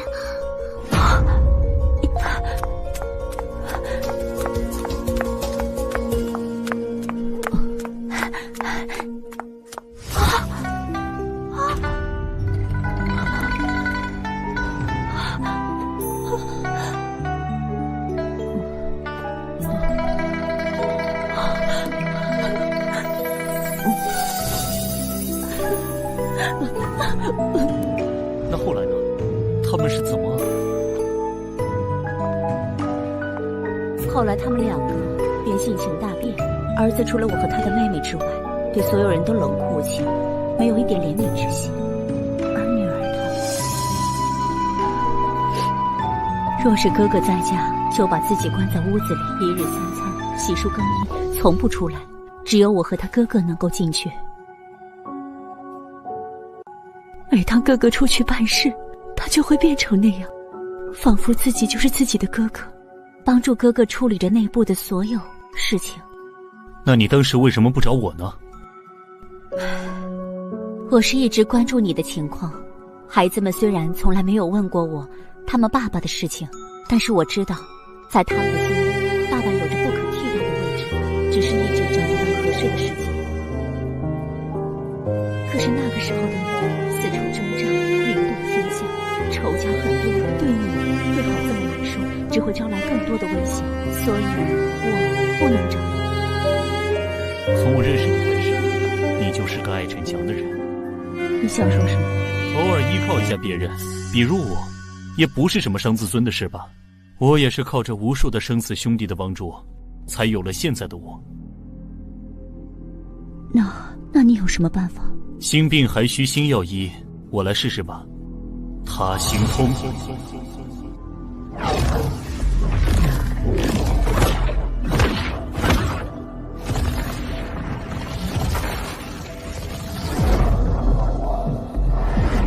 他心通第1层，能够感知目标的所思、所想、所感。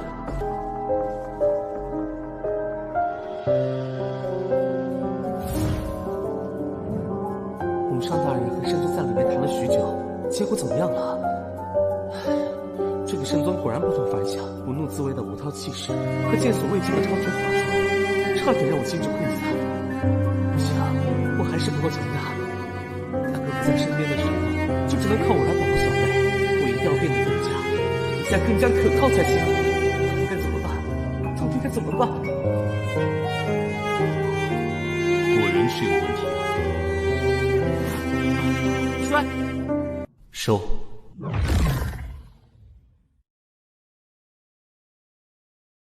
怎么样了？完全就是个独立的人。他把自己当做了保护妹妹的哥哥，而努力的让自己变得更加的成熟，更加的强大。之前也有找过他心通的人，试图了解他内心真实的想法，从而对症下药。但是，更加的强大。之前也有找过他心通的人，试图了解他内心真实的想法，从而对症下药。但是，就像你说的那样，他并不是想装作一个哥哥来逃避，而是真的将自己当做了保护妹妹的哥哥。连你也没办法了吗？人有60，耳眼鼻舌身意，他心通第1层只能了意，用来窃取情报还行，但是要处理此类情况还不行，那就再往下一层。再往下一层？再往下一层，便是心意出动之时，万念始生之际。佛家称之为莫那时的第7时，儒道则称一起之时。他心通能达了意之人不少，而能至一起之时的人已是不多。他心通第2层，参念头。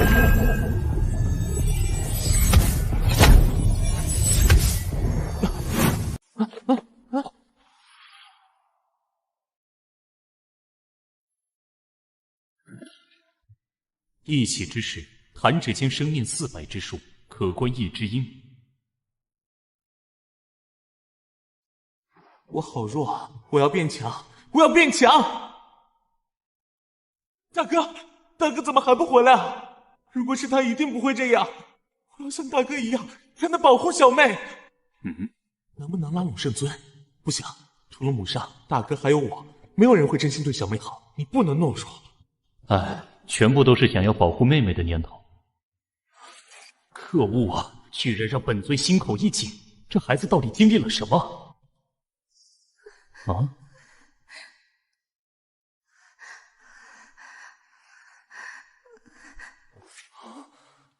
哥哥，救我！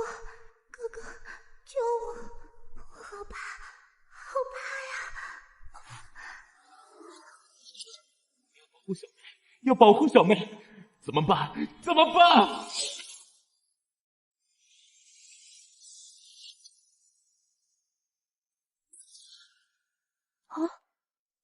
有什么发现？大概是孩子内心强烈的呼唤着想要保护他的人，才形成了现在这个人格，想要能够时刻保护自己。可恶，他们到底经历了什么？这些年我也一直在追查，始终没有线索。儿子和女儿也始终不肯开口，告诉我们到底发生了什么。这样还是不行啊，只能推测出到底是什么原因。明明知道女儿这么痛苦，我却不敢在她面前表现出担心的样子，告诉自己一定要坚强，要让孩子感受到安全。我真的好后悔，当初为什么会疏忽大意？我真希望对方是冲着我来的，为什么要伤害孩子？还是没办法吗？他心通还有一层，可知一切。那你怎么不使出来？再往下便是佛家所言阿赖耶识，是为心之根本。相较第7层的一起之时，此处所藏一切无边无际，要能固于此境而不迷失，须得心性明净。入非想非，非想处，须得极深定力之人。我虽可进入此境，然我征战不止，念头霸道，若是强行进入，恐伤及他的元神。那该怎么办？普天之下还有一人可入此境，净念山门的碧海仙。啊，你知道他？佛门圣地净念山门的碧海仙，谁人不知？我已寻访他多年，可是他行踪隐秘，神龙见首不见尾，一直无法找到他的踪迹。其实我有办法找到他。你说什么？那你怎么不早说？好尴尬呀，又让我想起一段不敢回想的往事。没什么事，我干嘛要去找他呀？那还等着干嘛？带我去找他呀！我们叶家刚刚搭建好的万里神行系统，神州之内哪里都能去。喂，等等！又怎么了？难道你就不想早点治好女儿吗？当然想啊，等我和他联系一下。联系？怎么联系？我和他有些不可言说的联系方法。总之你先等等。不可言说的联系？你们心事元法灵运。碧海心，你在吗？圣尊终于有时间寻我了。我这有事相求。我在药王谷，圣尊请过来吧。他在药王谷，我们走吧。我就不去了，就请我们的九州圣尊速去请人吧。刚才不是你说要一起去的吗？既然是圣尊不可言说的老熟人，我去不太方便吧？啊，刚才不是你说要一起去的吗？哼，既然是圣尊不可言说的老熟人，我去不太方便吧？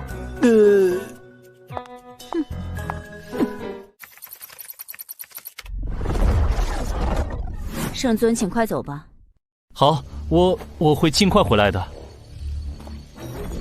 药王谷。啊？许久未来，药王谷怎么变得如此热闹？滚开！没见我家老爷要看病吗？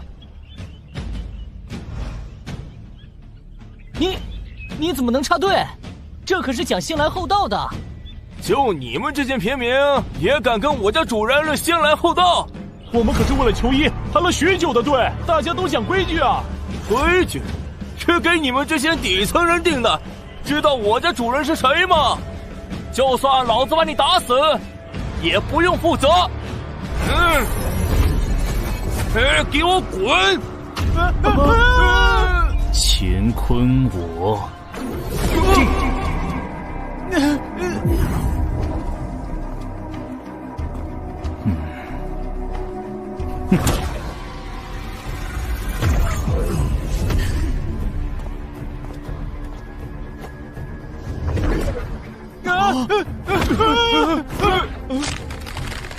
手，我的手怎么了？放肆！是哪个敢搞事情？你们干什么？我要炒你们鱿鱼！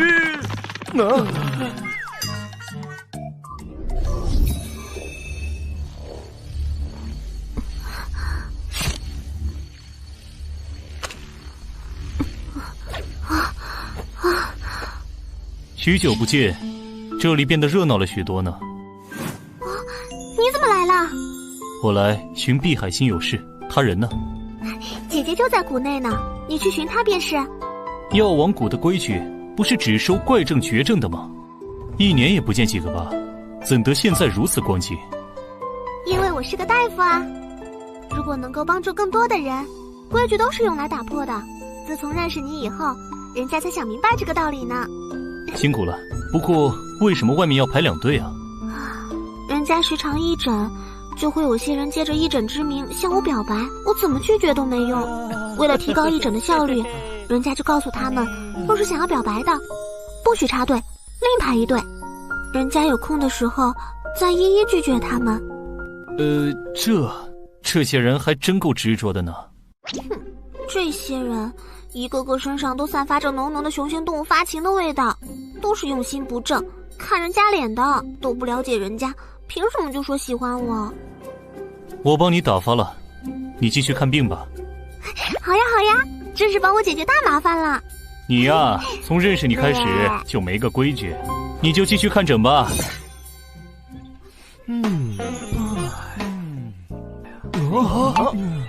这是怎么了？脚怎么不受控制了？喂，是谁干的？连星期不要啊！我还会再回来的。药王谷是神州5大秘境之一，若无谷内之人引路擅入谷者，必定迷失其中，死路一条。其中神秘至今未解。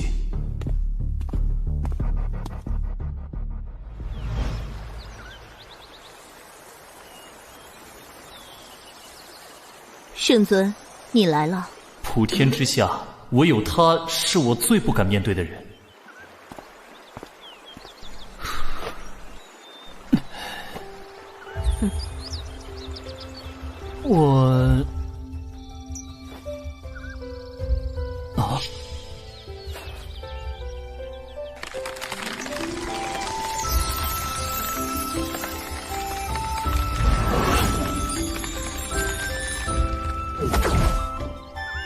许久不见，为何圣尊还是对人家如此拘谨？我是有多可怕，才让圣尊生出不敢面对人家的念头？这一连脱生的法门真是什么都瞒不了他。圣尊不必有任何亏欠之意，一切都是我的决定。即使一连脱生，为啥我却没法感应到你的？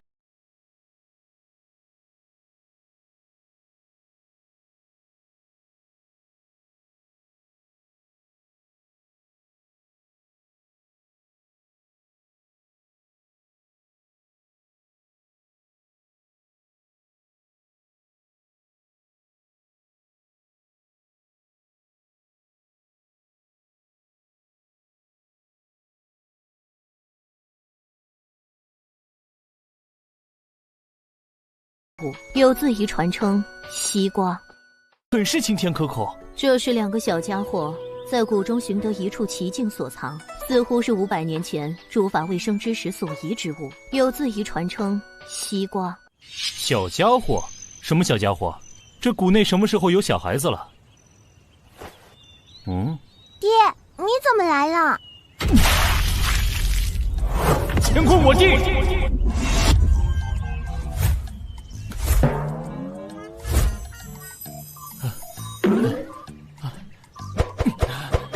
丹迪，太突然了，又是一点铺垫都没有。但是本尊遭遇这种连番冲击，应该已经适应了。淡定，不能再失态了。姐。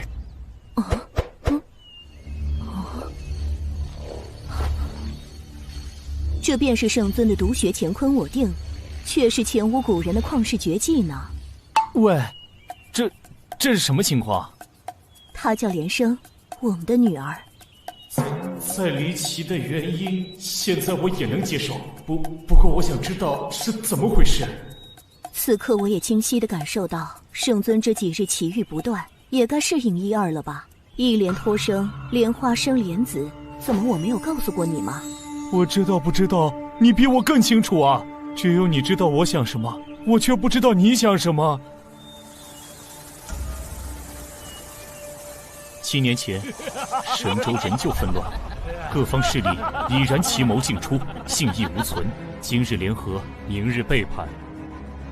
我身边的与我心怀共同理想的好兄弟、好战友们不断战死，直到只剩我一人。前路漆黑如永夜，我心已如灯油尽，死光了，都死光了。那我唯有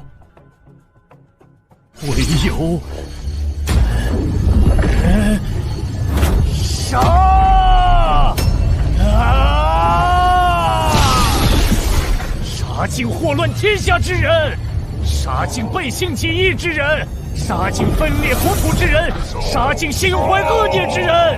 那日我因悲觉入魔，化作真正的九州杀神。心怀恶念之人何其多，杀之不尽，杀之不绝。由南到北，自东向西，除之不断。越杀越是绝望，越是绝望，入魔越深。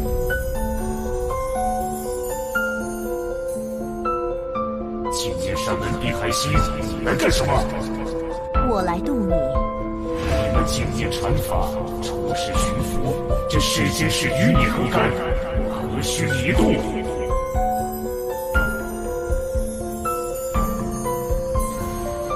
如今神州连城一气，皆欲除你而后快，天下仇恨尽归你身，这便是你要的神州统一。你并非该杀之人，滚吧！既我非该杀之人，我走与不走有何区别？不走便杀，还不滚？难道白白送死，浪费一世功德修行？你能为苍生入魔，我便愿为你弃佛。一派胡言！我杀不为天下，只为复仇。那你便来杀我吧。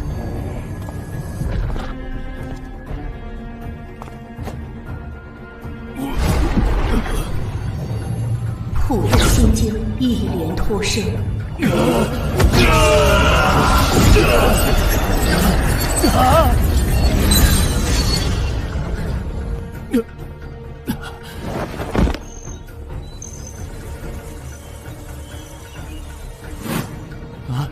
难道亲一下就会有孩子？确实未曾告诉过你呢。那日你魔气散尽，却已不复生机，若不救治，必死无疑。我便带你来到这药王谷，找莲心帮忙。难怪，我醒来后便是在莲心的药炉里。那之后你对我做了什么？一连脱生之后，你我已是双身一心。在莲心的护持下，我又对你用了本宗最高秘法一连再生。虽然过程异常凶险，但是得到的结果便是你身心再构，误打误撞达到这旷古绝今的无敌境界，太乙玉清净。既然孩子都知道我是他爹了，为何不带他来找我？并非不想，而是不能。难道又是担心孩子的安全？他只能再活1年。原本我打算再有半年如无进展，我便带他去看遍天下，顺道去找你。这是怎么回事？他只能再活1年。原本我打算再有半年如无进展，我便带他去看遍天下，顺道去找你。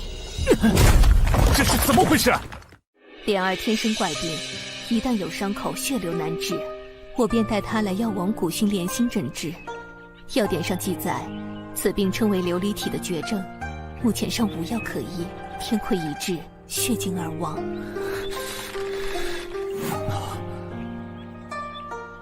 莲心也没办法吗？我与他一直在寻找解救之法而不得。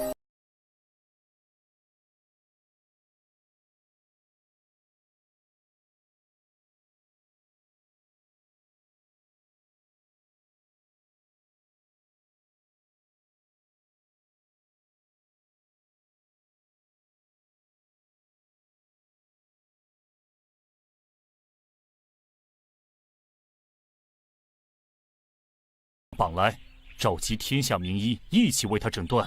如需什么药草灵丹，上至9天，下至9地，我也会去寻来。现在抱抱他吧。乾坤我定，结。爹，你是来看我的吗？莲儿一直都好想你啊。散尽护体金光，不能用力，要轻轻的，轻轻的。6诀绵生。对不起，爹让你久等了。爹，我还想骑脖子，我早就想试试啦。好啊，坐稳喽。爹能带我飞吗？没问题，抓紧我的头哦。哇哦，爹，你给萱萱姐姐摘的星星，也能给我摘一颗吗？你怎么知道的？看到的呀。这是什么情况？上天就是这么奇妙，在夺走了某些东西的同时，也会给予一些什么。这孩子自打懂事开始，足不出户便能看尽天下。这也是全知之境，并非全知，此间差别甚大，可称之为权势。足不出户可见天下，所以他可崇拜你了，可谓时常在你身边。真的吗？萱萱老爸好帅气，那个不动明王好酷哦，是不是萱萱姐姐的坏蛋都打飞了？糟糕，又不淡定了。怎么被孩子一夸就会这样？爹爹，可以用那个不动明王帮我抓小鸟吗？没问题。你先陪陪孩子，我去叶家看看有什么进展，我再通知你。好啊，一切就拜托你了。娘，一定要治好叶家姐姐哦。你和爹爹玩吧。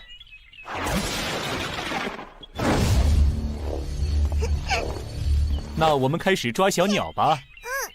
爹爹轻点抓哦，不要伤了鸟儿哦。好嘞。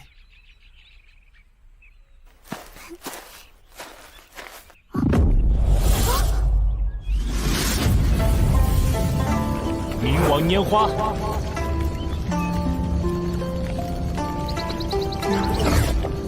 哇，太酷了！风大哥，你还没走啊？那就留下来吃个晚饭啊。好啊，许久未尝过莲心的手艺了呢。莲心姨，你回来啦！快来看爹爹抓的小鸟，我看看，啊，好可爱啊！莲心，你多大的人了？怎么也像个孩子一样？人家都当娘了，已经不是孩子了。就是，莲姨也是个超级好的娘亲呢，对主子哥哥可好了呢。啥？你啥时候当娘了？有孩子了也不跟我说一声，我给你包个红包啊！红包是什么？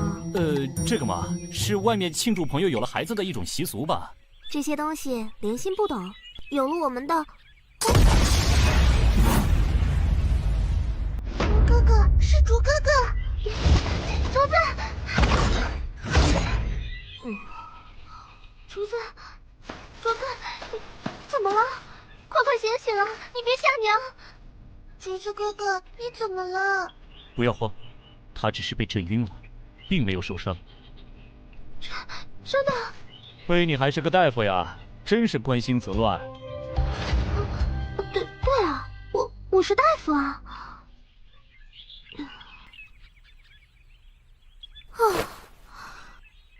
真是的，早就跟他说，别再弄那些莫名其妙的东西了。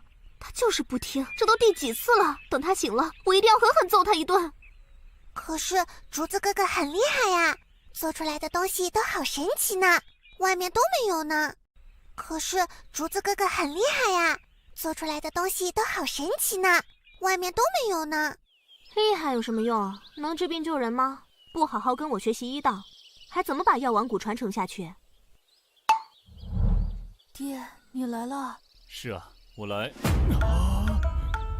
爹！哇，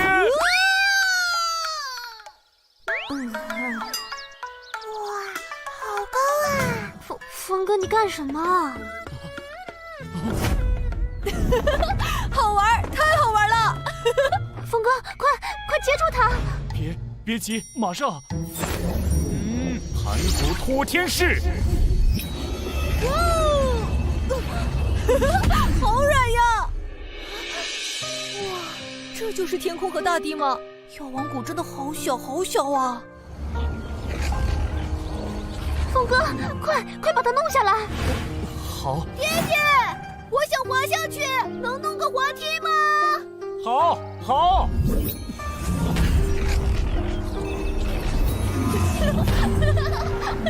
哇，好壮观啊！这个世界真的好壮观啊！爹爹，牵住我！太好玩了，爹，再来一次好吗？天上的景色我还想再看看。我也想玩，我也想玩。乾坤在地。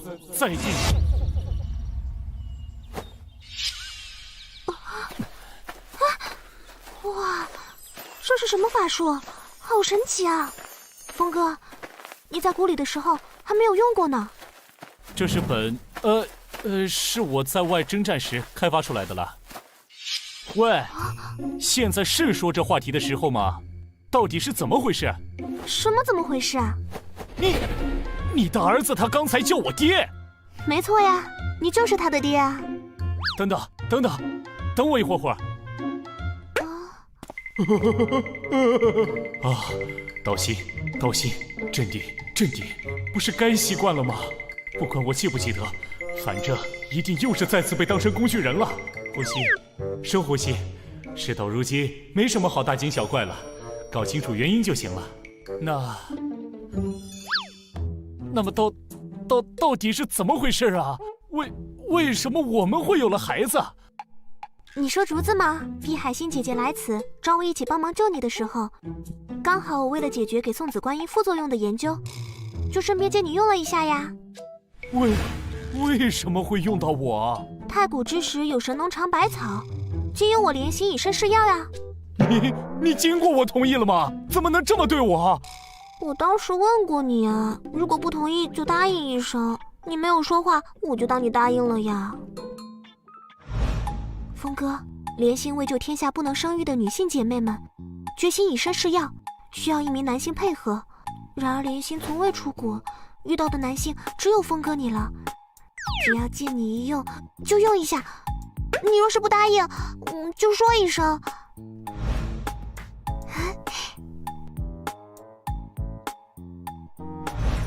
峰哥，那你就是答应了。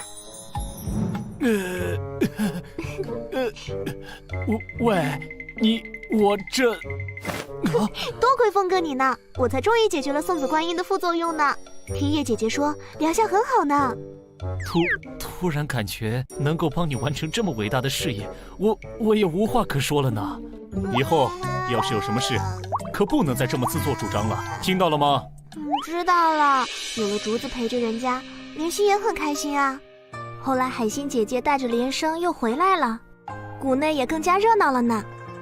是啊，自从你的师傅离世之后，你一直是孤单一个人呢。谷内难得这么热闹。可是人家感觉自己好没用啊，不仅治不好莲生，竹子又不听话，做一些奇奇怪怪的东西，不愿意继承药王谷的医术。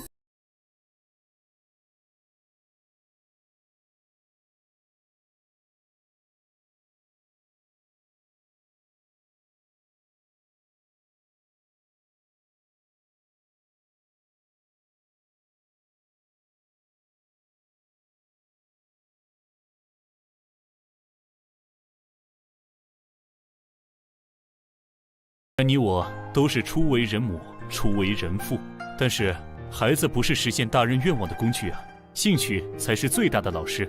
虽然我不知道儿子在做什么，不过既然他能这么喜欢，我想咱们就应该全力支持他。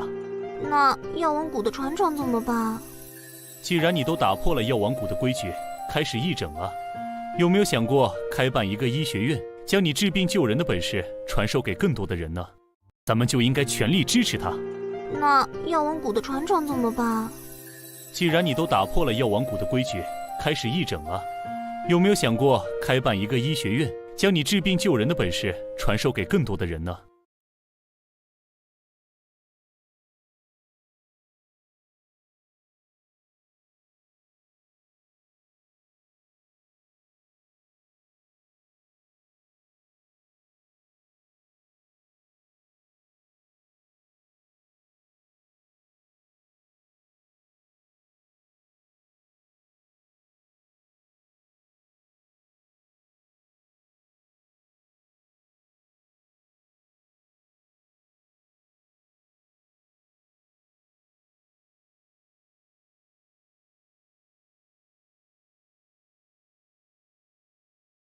乾坤我定，解。好棒嘛，爹！行，让你们玩个够。那就开始吧。好。云生。哇！风起。这是在做梦吗？并没有。此招原是用来藏兵于云中，突袭之用。现在我突然发现，其实还有更多的用途啊！你们看好了，云生与森罗万象并用的组合法术，云响世界。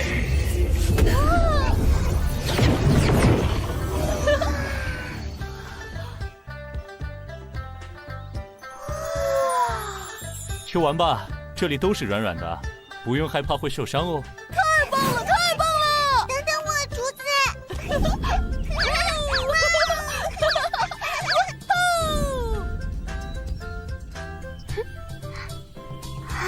这就是我和弟兄们拼上性命，追求和平的世界才有的画面吧。他们才是这个世界的未来。这世上的仇恨、混乱、黑暗，就从我这里开始斩断。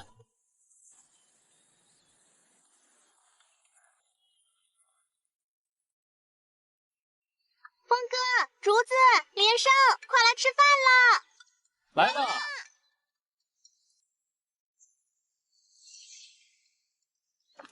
哎，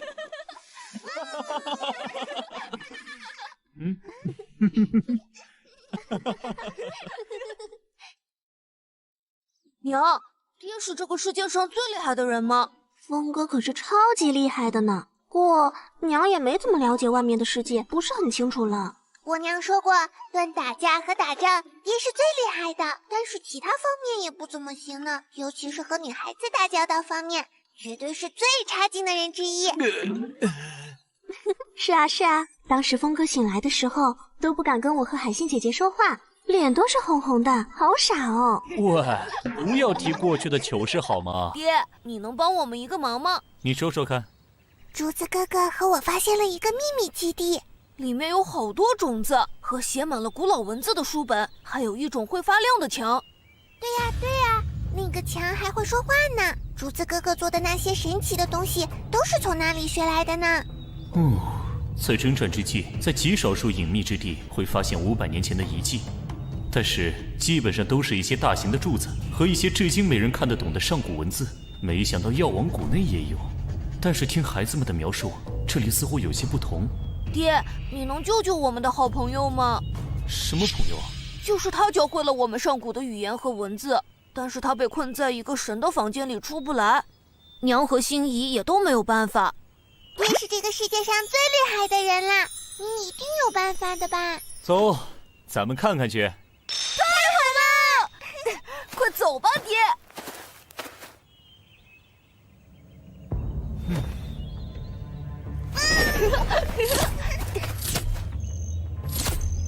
咦，慧眼破幻，山洞，没想到里面居然还有此等奇地。若非现在我能看破世间一切迷幻，此地断难发现。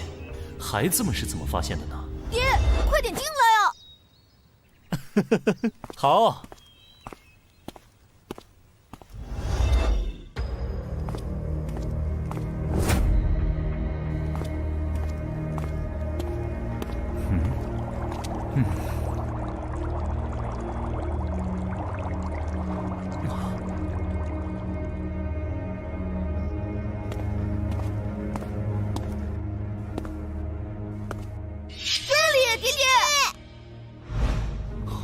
他是，老爸，你也以为这是活人吧？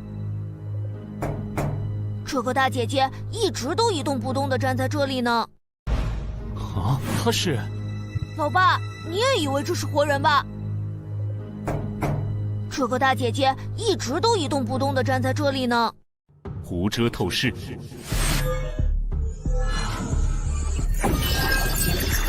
这是上代文明的人傀儡术吗？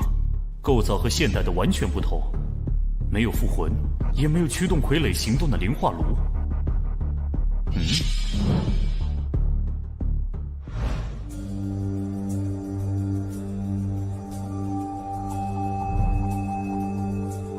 里面的人已经死去许久，居然能做到尸骨无化，这柜子可是有着比玄冰棺还要厉害的功能啊！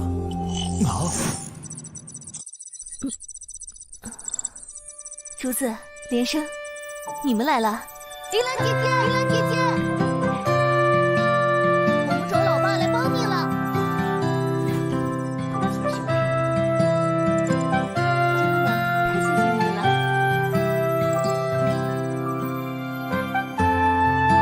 你们的爸爸很帅气啊！老爸你很厉害的。你是被什么法阵封印在里面的？为什么我没有感受到一点法力波动？这只是我的虚拟形象，真正的我被困在更下层的安全屋里。虚拟形象又是什么？是幻术还是身外化身？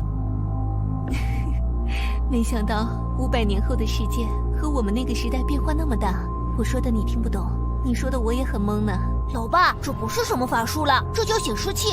500年前的世界和姐姐一样的人们都是通过这东西联系的，千里之外都能互相交流呢。啊，这东西可以千里传音，这个世界能做到此境界的人屈指可数啊！铃兰姐姐教了我们很多神奇的知识呢，有数积分、童话故事，还有机械电子。竹子哥哥发明的这些东西也都是铃兰姐姐教的。这就是引发末法时代文明所遗留下来的技术吗？姐姐，你怎么了？今天姐姐不能再陪你们了，这个基地的能量即将耗尽，姐姐的身体也快不行了。不要去！老爸会帮帮姐姐吧？别急别急，老爸会想办法的。我怎么能帮到你？不用了，我已经快不行了，在我生命的最后一刻，有竹子和连生能够陪我，我已经知足了。老爸，快把姐姐救出来！娘亲一术神通，一定能把姐姐救活的。为什么你会被困在这里？500年前，我们的世界爆发了一场足以毁灭全人类的战争。我的爸妈带着我逃进了这里，本以为可以躲过灾难，却被敌人找到了我们。我的爸妈将我藏在了这里最安全的房间里。爸，放我出去！我要和你们在一起。女儿，这里很安全，你一定代替爸妈要活下去。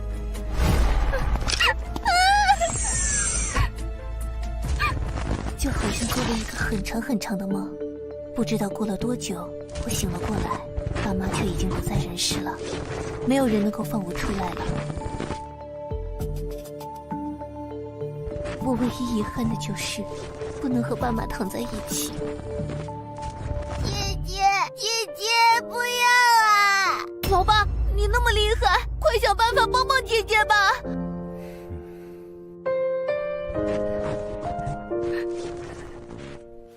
好啊，老爸也想见识见识500年前的技术呢，带我去吧。老爸，快来！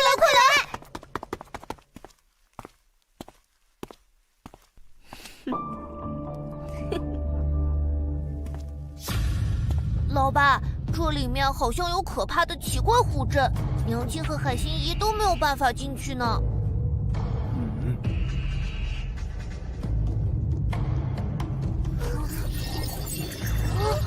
你们先出去等着，待为父来破阵。老爸加油！老爸要小心啊！好。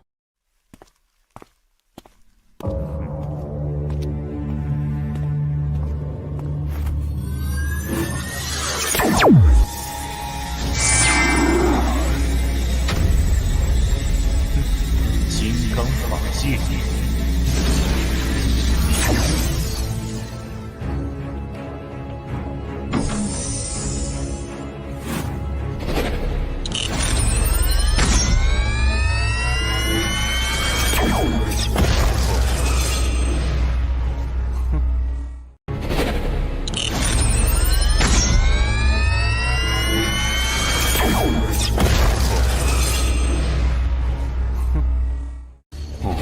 这是什么厉害的技术？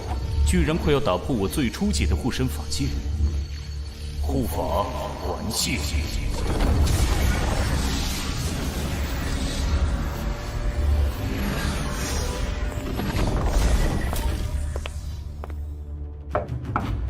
此门的材料世间罕见，坚硬无比。若是一拳轰开，恐怕里面的人也会受到影响。那就这么办吧。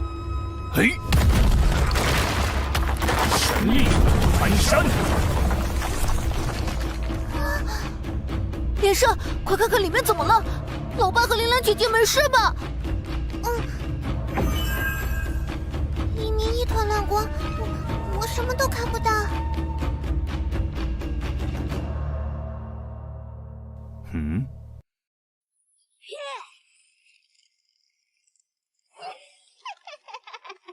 终于出来了，颤抖吧世界！一出来就发现这么好的宿主，为了感谢你放我出来，我就大发慈悲的占有你的身体了。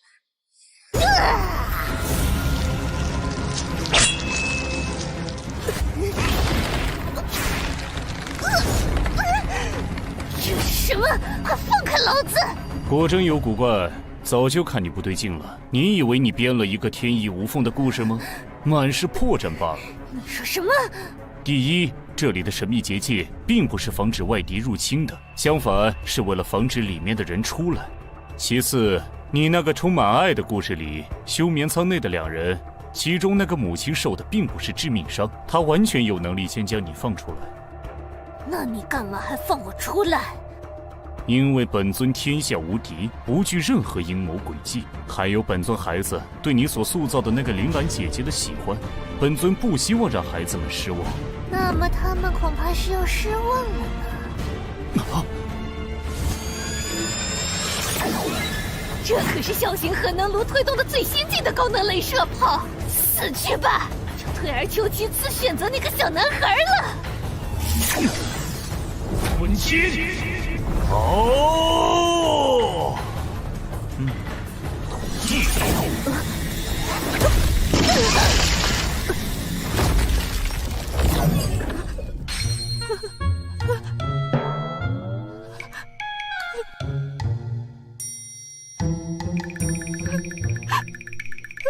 你我素不相识，你欲夺我性命，我消灭你也无可厚非吧。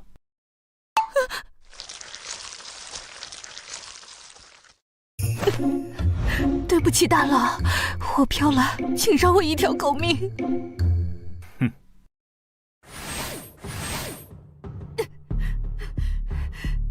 谢谢大佬不杀之恩。哼。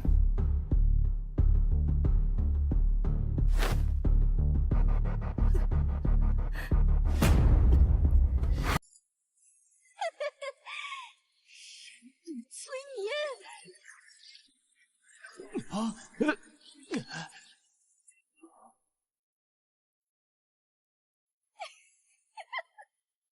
这可是几千年前的智慧苦肉计，人类在精神上果然还是没什么进步。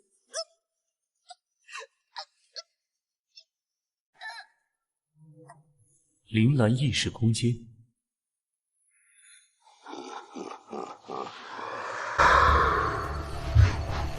怎么进来的？没有最简单的设备辅助，怎么可能有人进入这潜意识空间呢？哼，你惹错人了。法涛惊鸿。我看这个眼睛。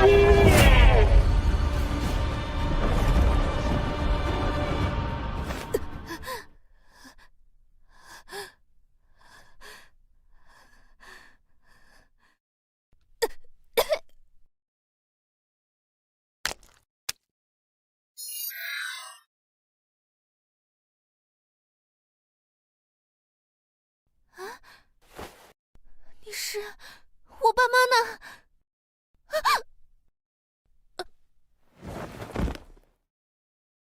嗯。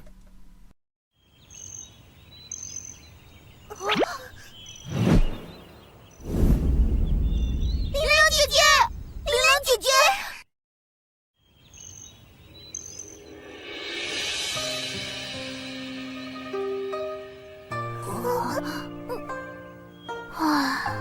怎么了？没事，我只是感叹500年前的技术真是太厉害了。这孩子居然只是身体过于虚弱，一切并无大碍，只是他的神识有些……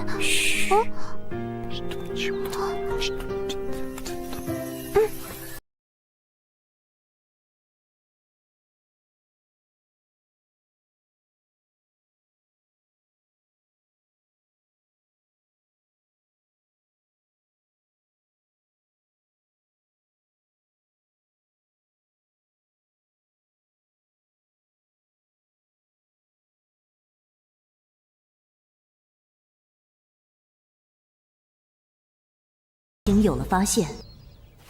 我要先去叶家了，孩子们就辛苦你照顾了。好。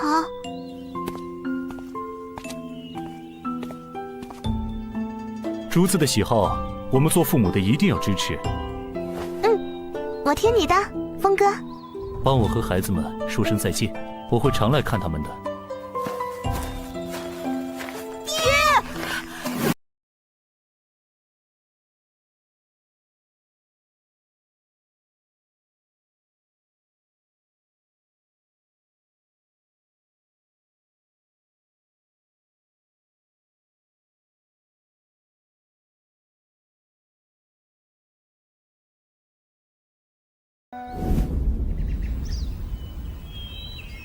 看好了，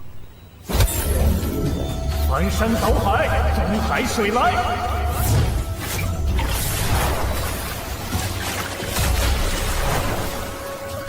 又淹水了！别怕，你们抬头看看。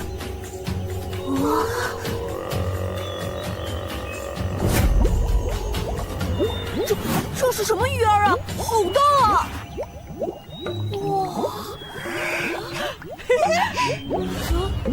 这是什么东西啊？能吃吗？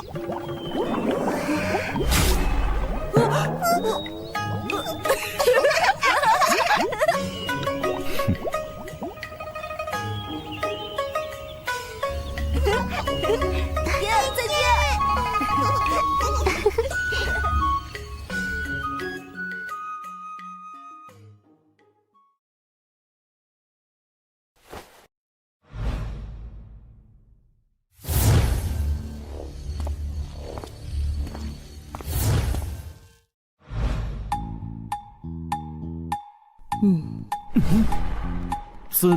怎样了？圣尊真是有福气呢，居然和听雨妹妹这么出色的家人有了孩子。这你得问莲心。倒是便宜了你这臭酒鬼，居然让海星姐姐此等家人为你这个笨蛋弃佛入室。好尴尬呀，该怎么转移话题呀？先看看孩子的事吧，还不快过来！有什么发现吗？你随我一起进去，进入他的无边识海就清楚了。光靠我一个人还不行。好，别担心，有我们在，一定能找到办法。听雨，若是一会儿他有动静，一定不能让他乱动。好。他心日空境界业气明。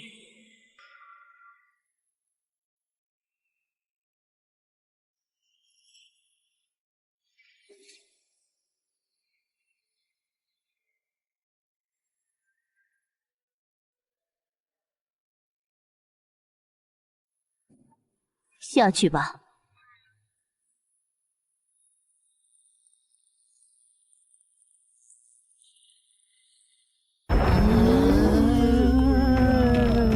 怎么会这样？一般人的心海之中所藏人之一切过往，明镜多彩或阴暗肃杀。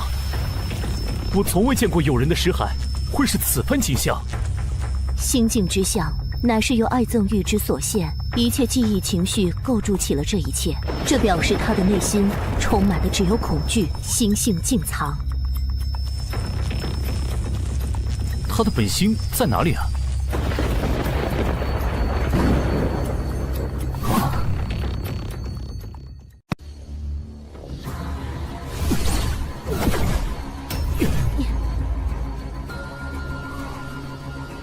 可以放开我了。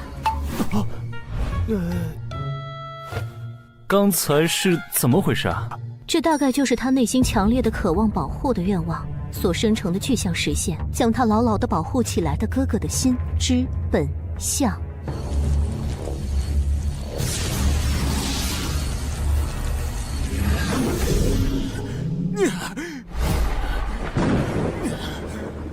滚出去！不许伤害我小妹！这世间除你我之外，还有何人能够拥有如此强大的心神？心性磨练都是经过千锤百炼，遍尝世间苦痛，加之以强大的心念，方能得此境界。这孩子有如此心神，必然有其因果，只是其中的痛苦和经历超出你我的想象罢了。接下来该怎么办？若是强行过境，恐伤及心神。这便是我需要圣尊前来助力的原因。接下来还请圣尊在不伤及他的前提下，将他的全部心神集中在你这儿，我方能够进入其中探究本因。好，一切就拜托你了。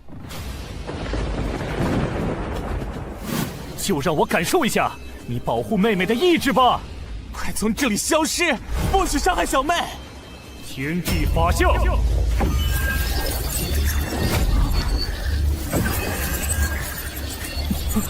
我才不怕你，我和大哥一样厉害，绝对不会输，绝对不能输。很好，那就攻过来吧。万雷！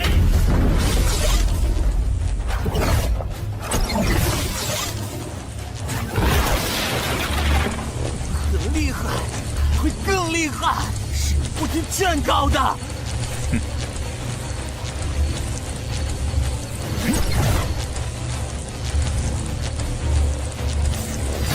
在这个世界可不是这样战斗的，这场比拼就当是为父我教你的元神之战的第一课吧。心之战的关键不是打击物理消亡，而是对恐惧与勇气、绝望与希望之间的较量，其中的关键是放下根本我执去相信。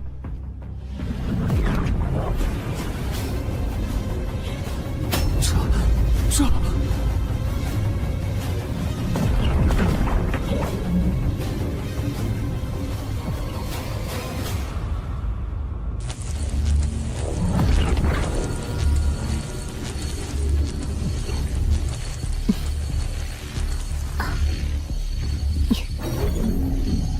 法界无垢。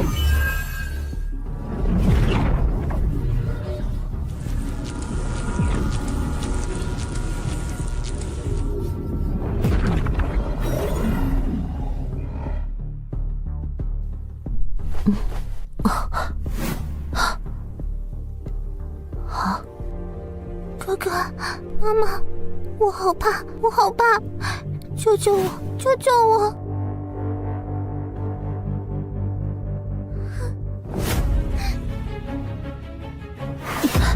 你是谁？你是谁？哥哥呢？哥哥，哥哥，不要过来！走开，走开！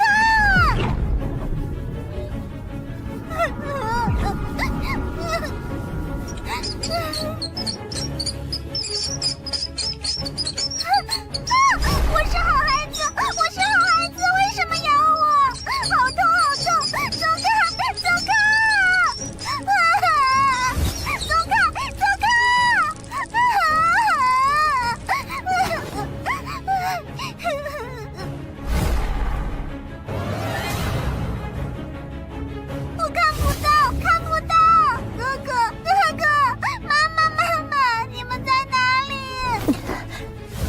精进药王符、安神咒。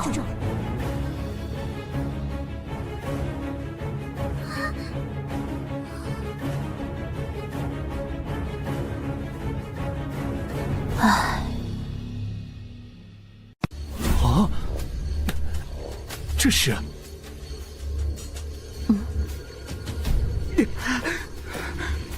先出去吧。孩子，坚持一会儿。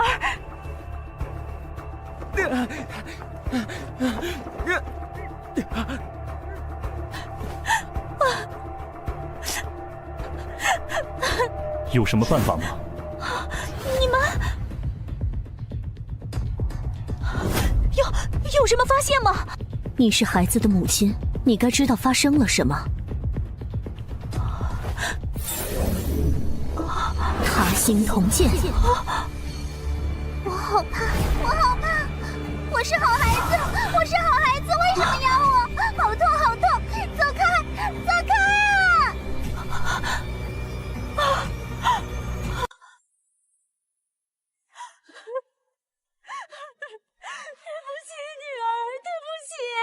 知道了孩子经历了什么，但是该如何治疗呢？这心疾说好治也好治，说难治却也是难如登天。姐姐，你快说，该怎么办？我拼上这条命，也要把女儿治好。药就在你们身上。我？姐姐，我若是女儿的药，早就该治好她了。换作圣尊，你若是被老鼠啃咬，蟑螂爬在身上，又身处死人堆中，会害怕吗？我一生大小数百战，在死人堆里打滚是家常便饭。这老鼠蟑螂在战场上都是维持生机的难得之物，早就习惯了。我虽为了峰哥弃佛入世，命运让我有了连生。作为一个母亲，我便知道为了孩子，一个母亲能够付出一切，这便是母爱的力量。孩子年纪尚小，便遭逢此难，内心缺乏强大支柱，牺牲恐惧将自己心封闭起来，逃避痛苦。而能够克服恐惧最好的药便是敢于直面一切的勇气和感受爱的温暖。就让孩子从你们身上感受勇气和爱吧。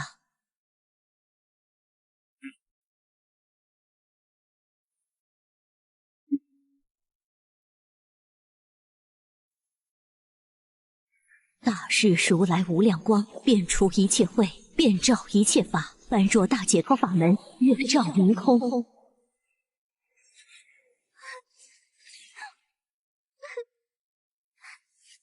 好怕，救我，救我！海星姐姐，我们该怎么办？回忆吧，将支撑你们克服了所有绝境下走过来的那些最坚强的信念，完全的展现出来。月照明空，能够让孩子亲身感受到你们所经历的一切苦难与照亮你们的光。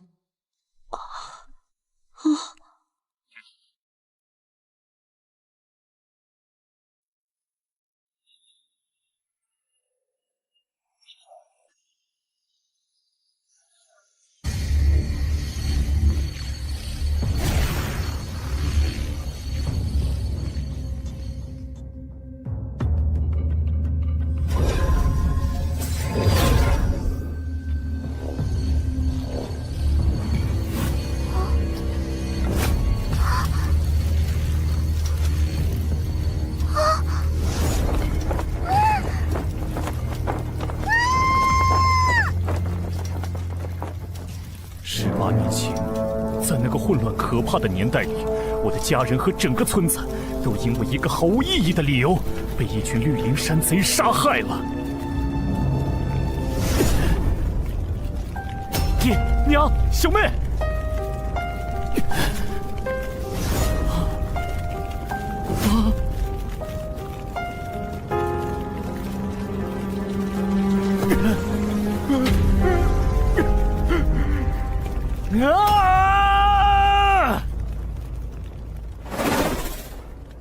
击杀战，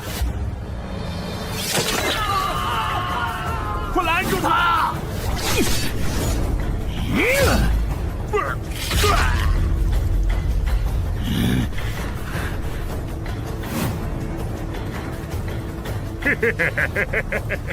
我想不通，他们与世隔绝，自给自足，为什么会遭遇这种命运？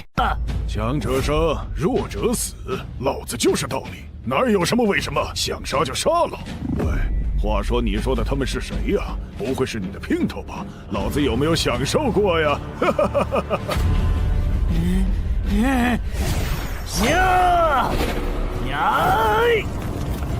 区练气，给老子留下点伤口的资格都没有！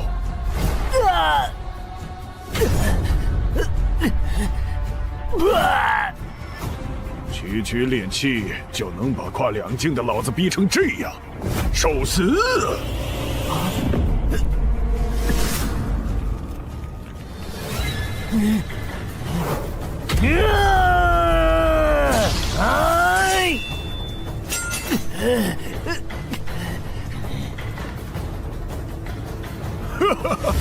你给老子带来不少乐趣嘛！怀着不甘和怨恨去死吧！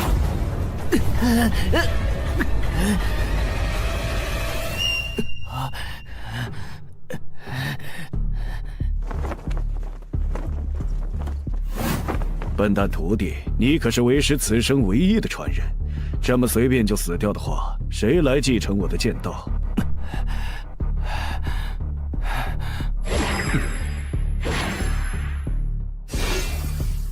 唯有一点，他说的没错，强便是道理。若是想要让整个世界践行你的道理，那便你上无人，你下众生。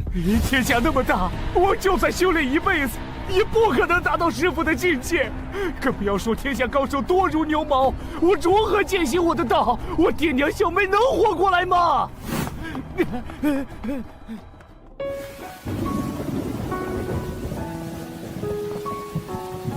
那时的我，绝望、迷茫、痛苦。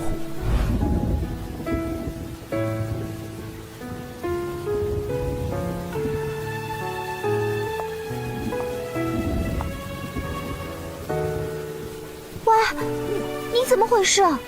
快，把他抬到车上。是你在我最绝望、最颓废的时候，重新给了我勇气。我在你叶家混吃等死，干点护卫的工作，直到你父亲也因为劫匪抢劫去世时，你们叶家即将分崩离析之际。此难之后，叶家有我，便绝不会乱。此刻之后，我便是这叶家新一任当家。你比我勇敢，刚刚承受着丧父之痛，还能扛起整个家族的危难，力挽狂澜。是你的坚强给了我勇气，重新面对我的人生。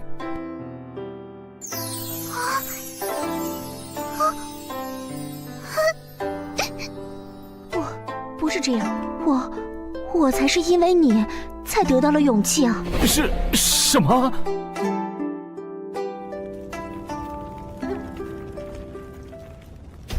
天宇啊，各方族属我们都到了，叶家不可一日无主，族长没有儿子，要尽快推举出新的主事啊，不然叶家剩下几百号人就完了。快把你父亲的信物交出来！快交出来！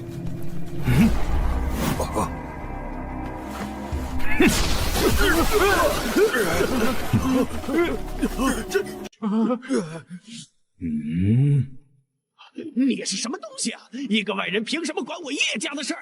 滚开！在所有人都逼迫我，想要把我逼入绝境的时候，你挺身而出，挡在我的面前，才给了我勇气。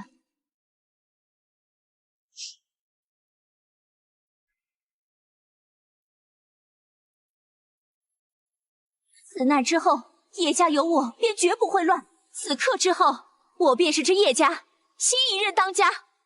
你给了我依靠，再加上我怀了他们兄妹俩，更是给了我面对一切苦难的勇气。之后数月，我整顿家族业务，清理家贼，对外重建商队，应对伤敌，终于让叶家度过了这个大危机。喂，邋遢怪，多亏了你。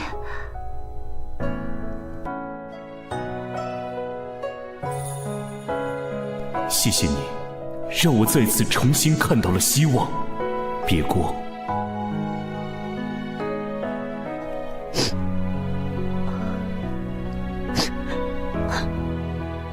若是周围没有光，那便点亮自己，经历过最深的苦难，寻找到想要守护的东西，勇气就会在人与人之间传承下去，才创造了奇迹。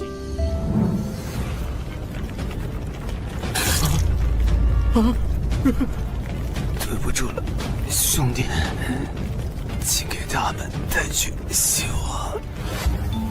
人反正都要死，苟且偷生有什么意思？我只想在死的那一刻心中无悔，念头通达。废话少说，即使被你们叫做邪魔外道，我也在以我的方式拼上性命，寻找这个世界的答案。强的那个便是道理。我们九尾一族竭尽全身气力，也堪能护我妖族一时之平安。不是我深爱他们，而是若我弃了他们，我也没了安身之处。这么说来，倒是我要感谢他们。风哥，就算你死了，林星也会想办法让你活过来，你就放心的去战斗吧。恭喜你，此刻的你无上致敬，此后世界便要行你的道。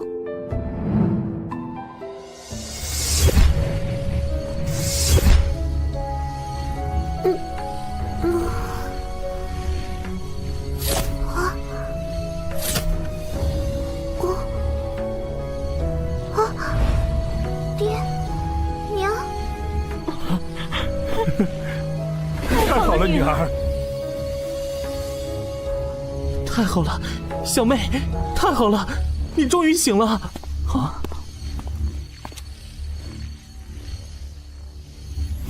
二哥，二哥，不要过来！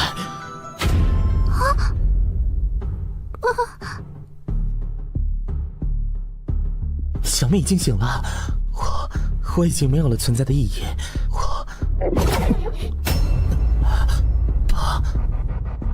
谁说你的存在没有意义？我原本就是为了守护小妹才出生的，本就不存在的异类。抬起头来，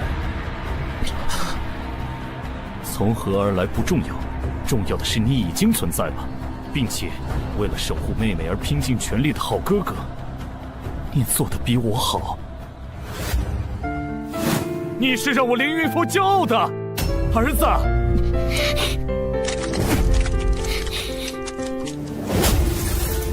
真的吗？接下来你要与我一起守护重要的家人了。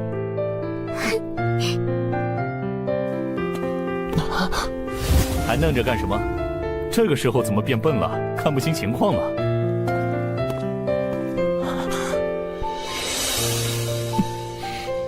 娘，小妹。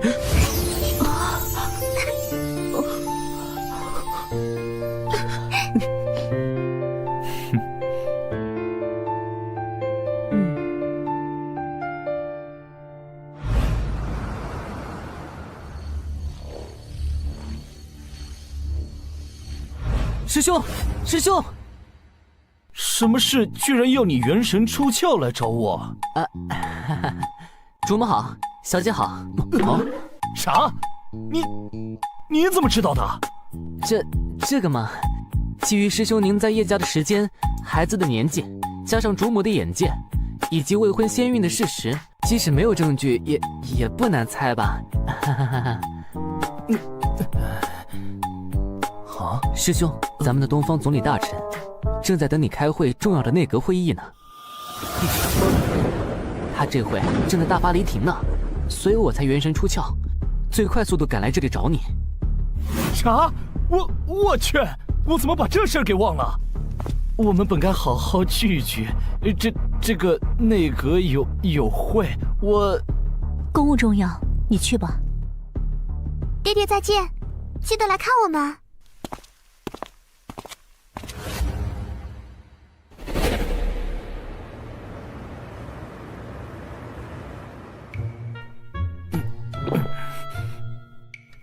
你说他气消了没？怎么可能？他女扮男装和咱们闯荡江湖的时候，那时间强迫症患者的毛病只有更重，没有最重。反正都迟到了，不如干脆就不参加了，反正行政事务也都是他在管的嘛。没错，没错，师兄，那我们走吧。圣尊道，师兄，您忙，我就先走了。比起得罪您，我更怕得罪他。嘿，你这个叛徒，回头看我怎么收拾你！神州初定，百废待兴，多少大事需要圣尊决断，不知圣尊这几日跑去了哪里？若不是从叶家发现了圣尊的踪影，还不知要去哪里寻觅。一听到你的召唤，我就立刻赶来了呀，玉叔。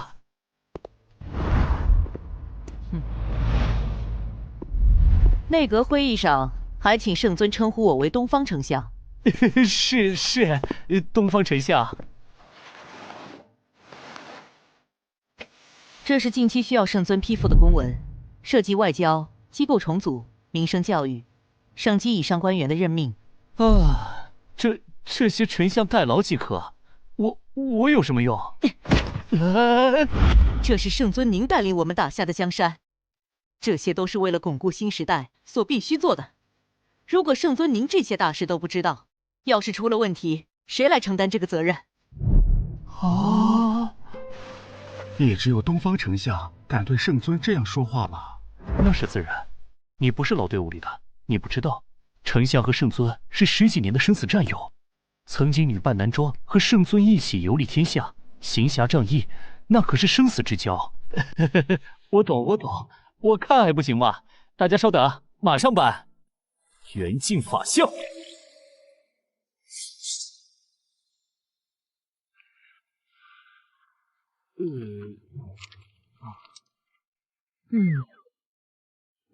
哇，真是叹为观止啊！搞定。圣尊神迹，天下无双。见笑。批完这些文件，本尊才知东方丞相与众位劳苦功高，情形不错。神州的未来就有劳各位国之栋梁了。批完了，接下来干什么啊？今日还有一大事需要圣尊持，万法大会。哦，都筹备好了吗？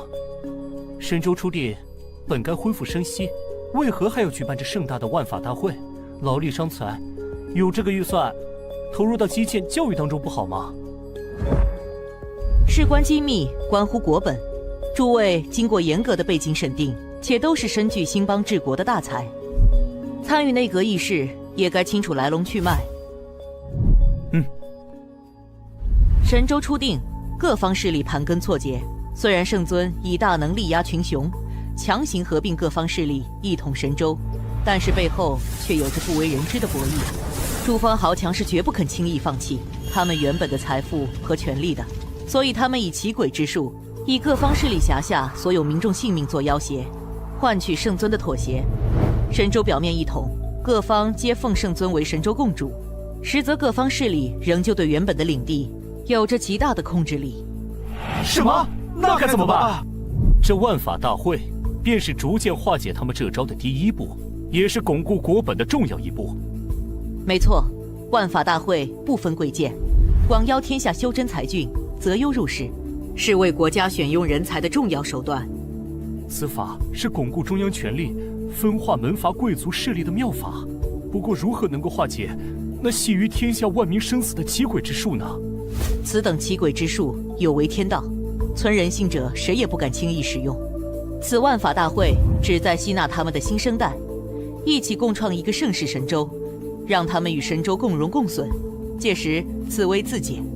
真乃阳谋，甚妙啊！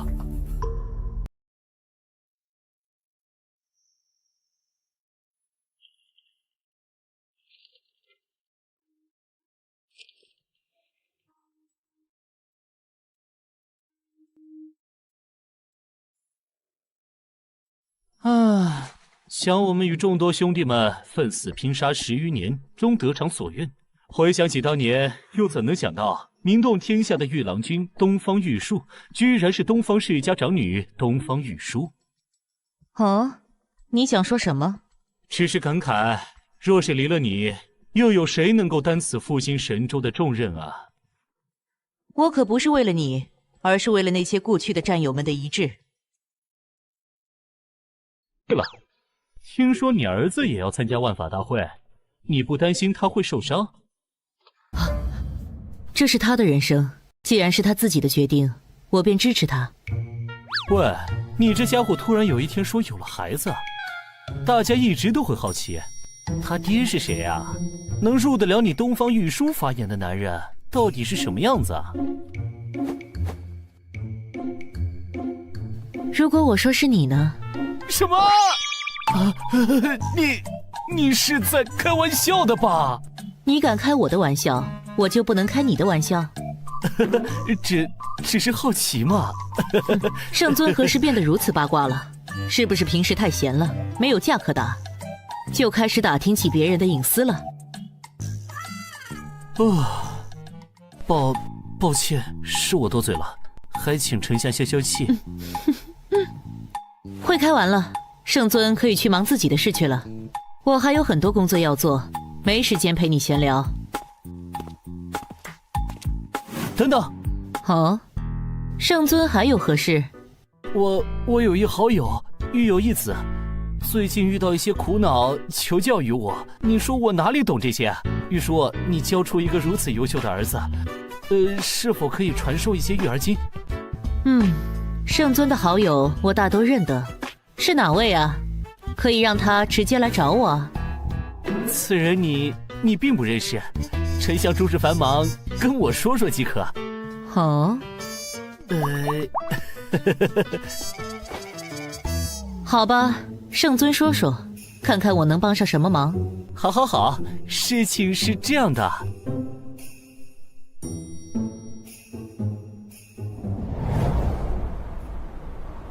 道宗，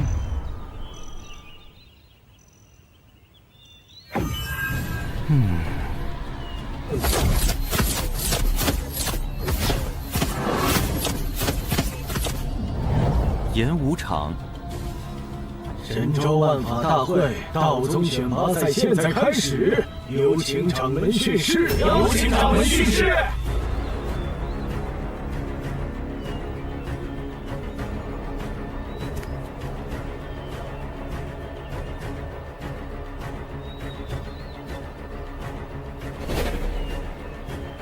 神州初定，和平不易，内有隐忧，外敌虎视。我辈修道之人，是要守我神州太平。守我神州太平！我宣布，万法大会选拔赛现在开始。诺。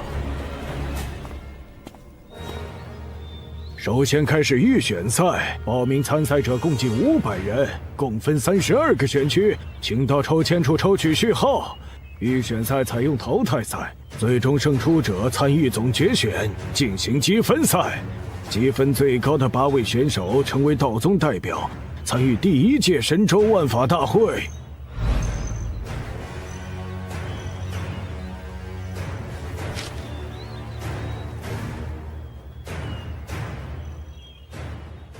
我们的儿子在哪儿？哦，掌门，你怎么了？没什么，大家继续观赛，继续观赛。你怎么来了？也不跟我说一声，害我在众同们面前丢人。我这不是急着赶来和你讨论解决儿子的困境吗？16号场马上要上场了。啊！35号、36号上场。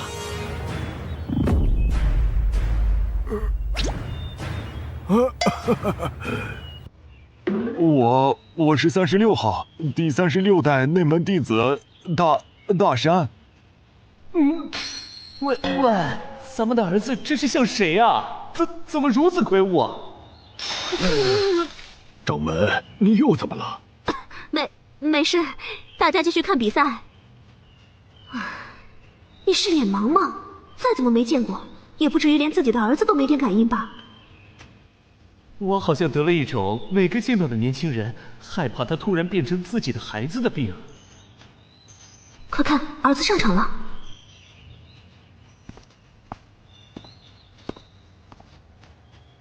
先锋，玄机堂36代外门弟子。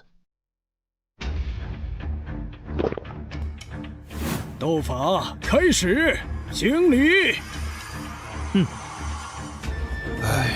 36号真倒霉啊！土罗城。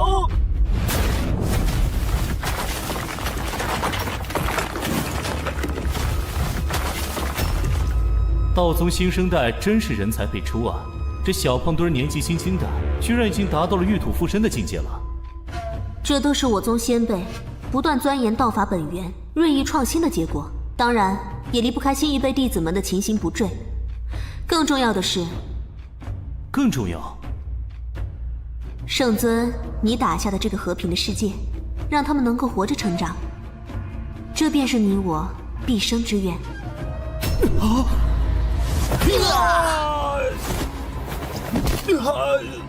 35号胜出，36号淘汰。这为什么炼气期可以打出结丹的威力啊？看下去你就知道了。如果只是这样，我也不会那么苦恼了。几个时辰后，第5场，35号对41号。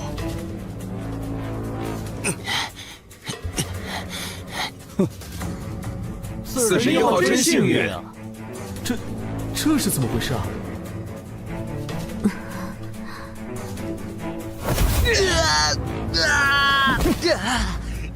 场外41号胜出。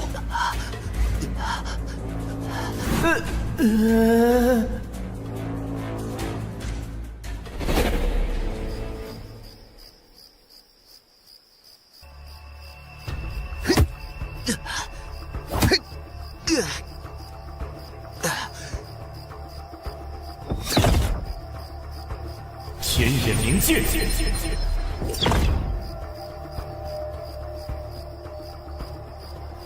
啊！他的丹田和经络怎么？如你所见，他的丹田和经络比常人厚了几倍。要说一般人的丹田和经络如同长壁一般，他的就像是一层厚厚的、极其有韧性的凝胶。难怪如此厚而有韧的丹田和经络，就像是高压水枪一样，气的输出功率是常人的数倍。若是达到元婴期，可以自由调动天地能量，这种异常的法力输出，必然能越级吊打化身。可是随之而来的是，因为如此沉厚的丹田和经络无法储存气，就无法凝聚足够可以筑基的气。别说元婴了，此生无望筑基。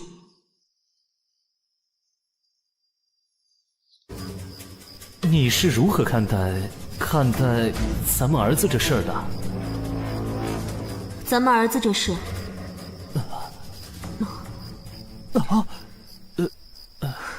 想我堂堂道宗掌门，统帅道宗2万子弟，运筹帷幄，游刃有余，唯独对着儿子的事一筹莫展。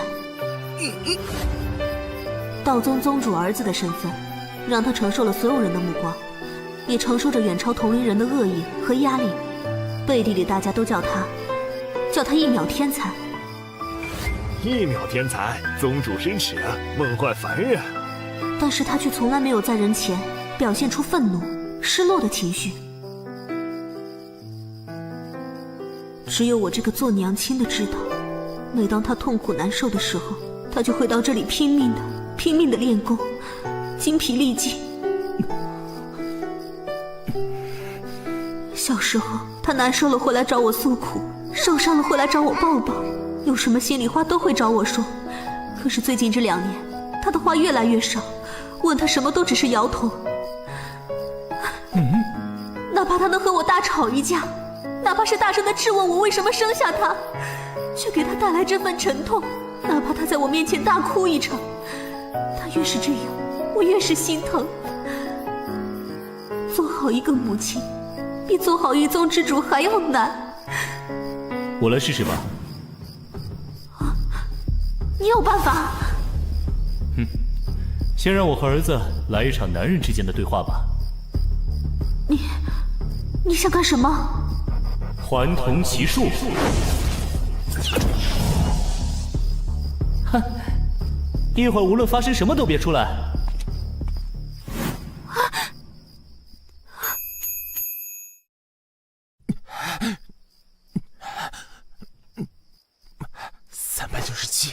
398，399。堂堂道宗子弟，不习炼气筑基之法，却躲在这里走炼体强骨这等无用之徒，道宗是没人才了吗？你是谁？胆敢擅闯道宗后山？听说道宗收徒都是天下英才，资质超凡之辈。本少神功出城，别想来此探探深浅，打几个真传弟子玩玩。想和真传弟子打，先过我这关。有意思，就凭你区区一个小炼器，我怕一稍微动真格的，你就小命不保啊！他想干嘛？什么叫男人的对话？这是要打一架吗？多年的征战，经历了无数的对手，我确认了一件事：一个人的嘴会说谎，但是唯有拳头，包含了他心底最真实的意志与人格。无论是残虐、狂暴、阴险，还是勇敢、坚强、不屈，请不要轻敌。即使是我，也能和本宗真传斗上一斗。临战还不忘提醒对手，真是个耿直的孩子呀！区区炼器，在假丹面前，我想重视也重视不起来啊！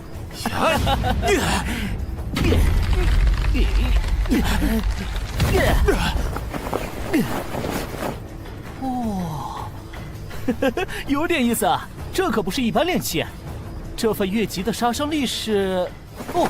对了，师尊曾说过，有一种很稀少的体质，元婴界能吊打化神，却永远也无法筑基的让人绝望的体质，叫什么呀？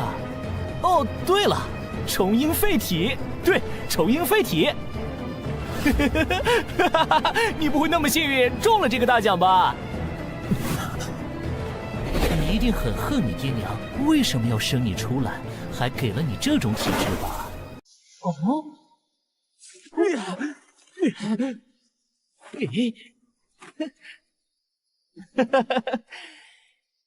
就算现在还能僵持，你能坚持多久？坚持到底，这是我最后的尊严。那就来吧。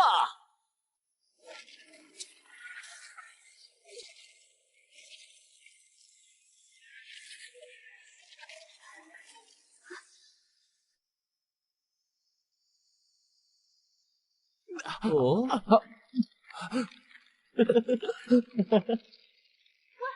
想干什么？绝此修行，向此而生。你我能够悟道登峰，不都是这么过来的吗？现在是和平时期，只有这样才能助他找到希望。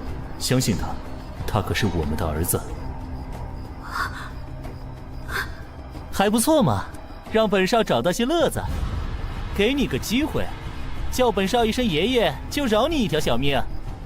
我爹娘的儿子，只有站着死，绝不跪着生。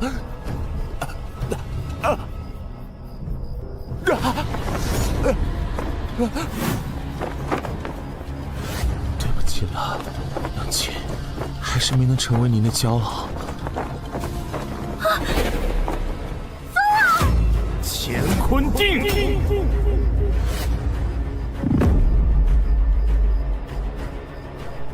唉，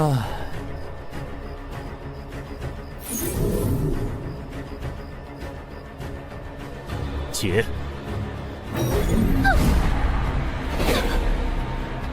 疯女混蛋！你对儿子干了什么？放开我！放开我！站定，站定！你看看啊！我怎么带？爹。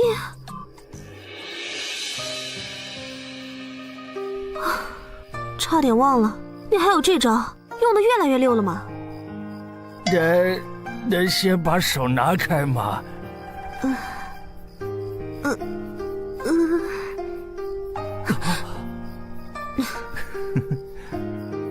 片刻之后，你对儿子下手也太狠了吧！他长大以后，我都没有这么狠的揍过他。别生气啊！以前我爹我师父下手。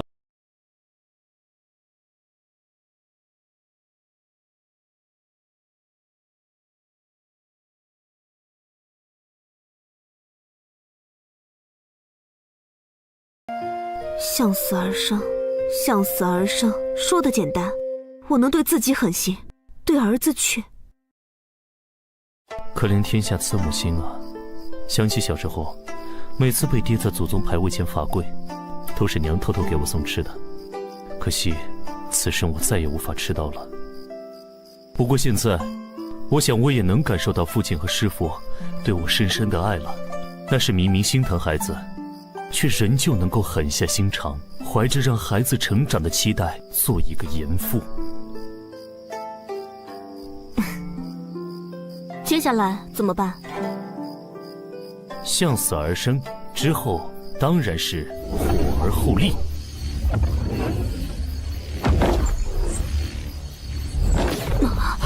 玉清图上法，子府洞天，开！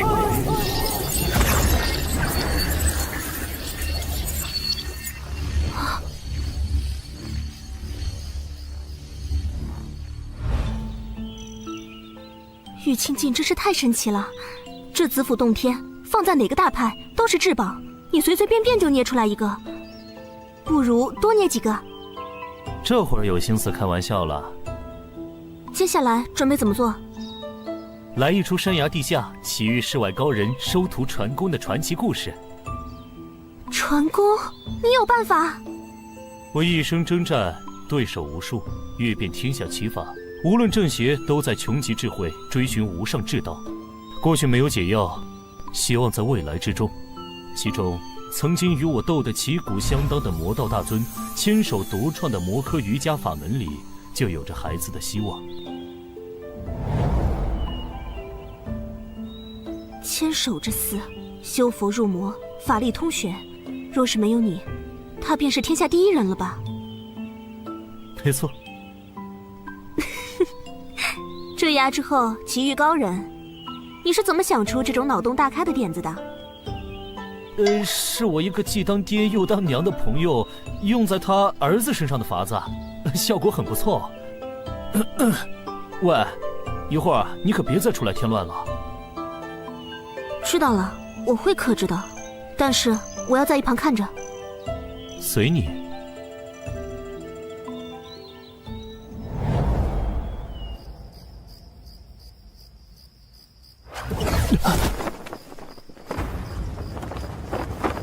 我要死了吗？我真的是再如何努力，也无法触碰到那些天才的人。对不起，娘。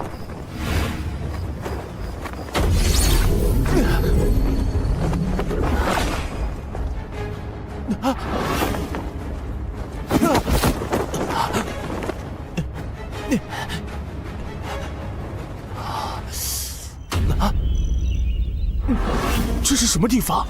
我刚才明明……这才几百年，道宗这一辈已经如此无能了，居然被一个区区外来小子打得毫无还手之力。道宗将倾啊！演戏就演戏，干嘛说道宗将倾？入戏了，入戏了。谁？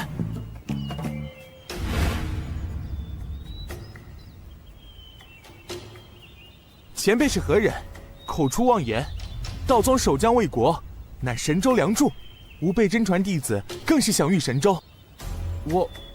我只是道宗一个名不经传的外门小辈，资质平庸。即便如此，有人敢辱我道宗，我辈当也竭尽全力，未有怯战。笑话！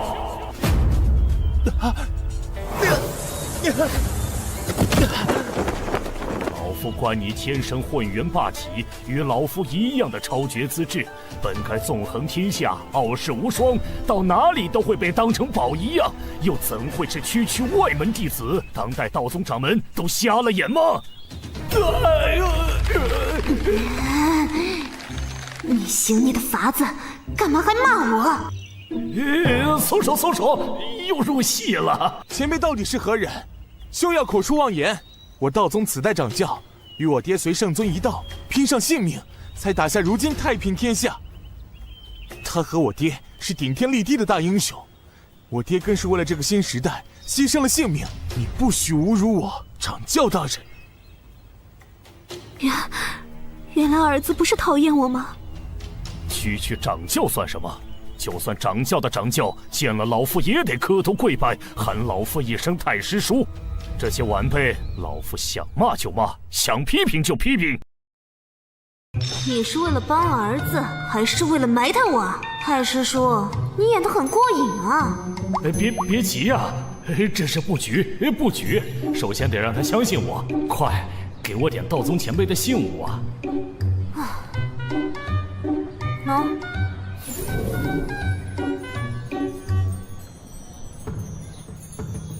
喏。千字辈道传法印，弟子千峰，拜见祖师爷。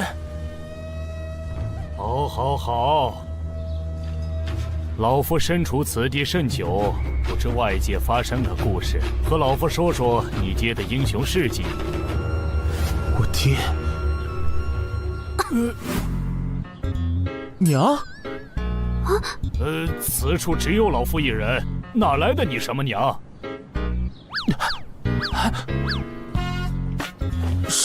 是我失言了。喂，你干什么？这个问题和让他信你有什么关系啊？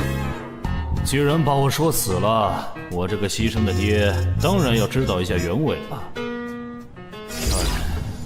武尘绝界。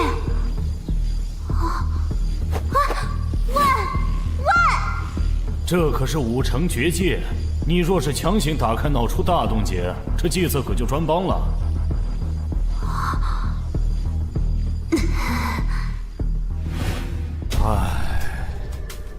说说吧。我爹是个大英雄，我娘深爱的男子汉。祖师爷，你怎么了？没事，你继续说。15年前，我爹遭遇魔门卑鄙之徒的暗算，身中奇毒，误入我娘修炼之所。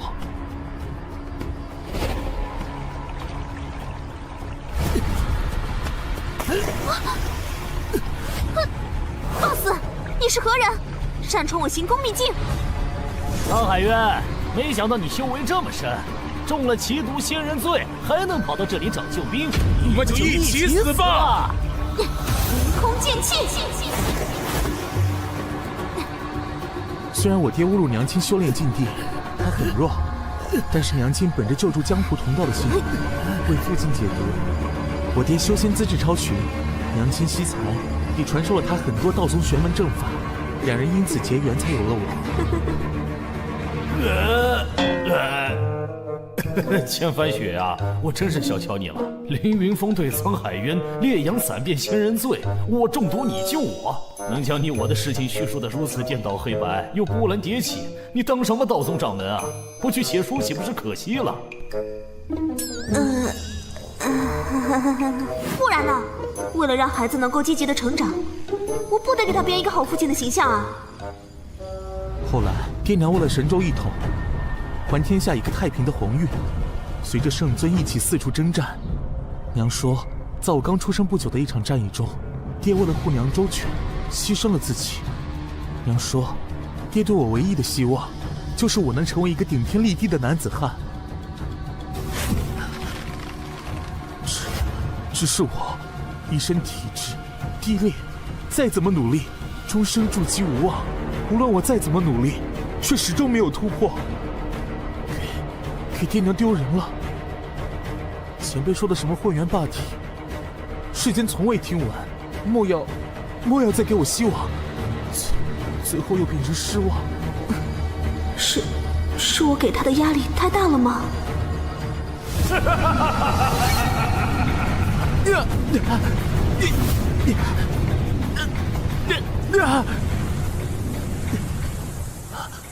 笑话！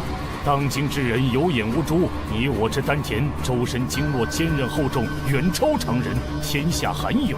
寻常功法乃为凡俗之人所用，又怎配得上这身天赋霸绝之姿？超绝之姿，当配超绝之法，方能成就大道。老夫年轻时犯了大错，历史自封于此，终身不出。一生经世修为和超绝法术，若是就此失传，甚是可惜。老夫观你心性耿直，愿收你为徒，传你一身绝世奇术，你可愿意？真的。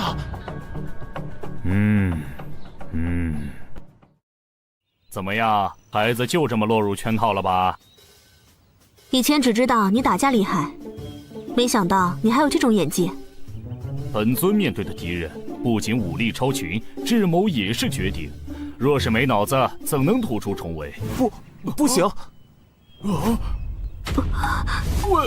为什么？若是我拜了前辈为师，在道宗的辈分岂不是乱了？宗内辈分最高的长老，不都得喊我祖师叔？哎呦，真是耿直的孩子。传功授业不必拘泥师徒形式，关键在于我觉得你小子有意思。老夫一身玄功得以传承，名分算个什么？道宗后学晚辈，千锋，请前辈教授。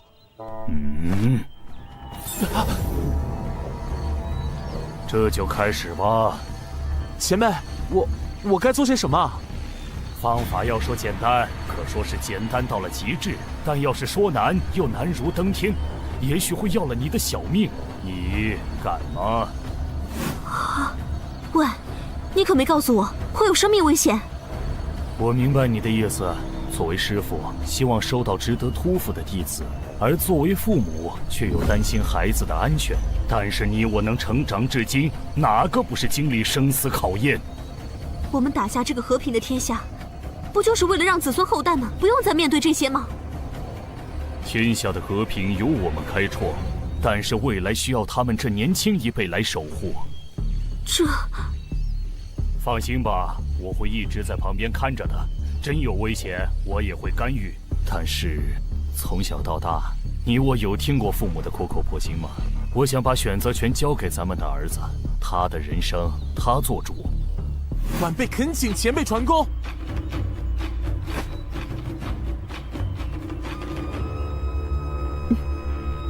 好，开始吧。此法仅需2步。2步？只因你我周身丹田经络异常坚韧厚重，故而元气出生便从窍穴散出，无法凝聚。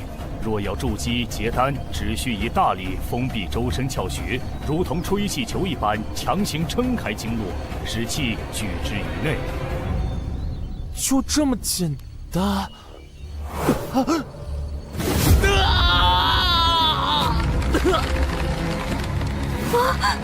看着孩子最关键的成长，也是做父母的责任，一定要忍住。你若现身，让他意志散乱，前功尽弃。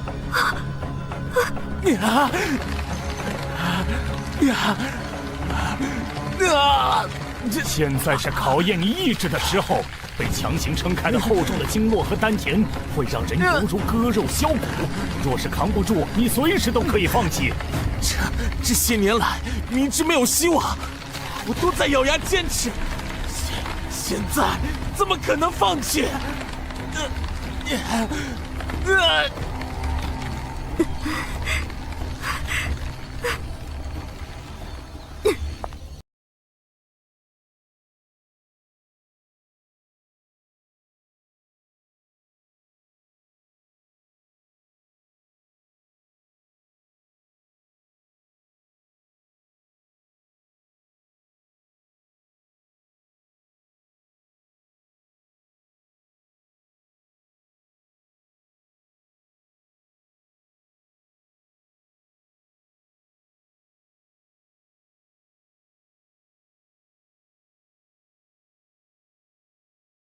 我饶不了你！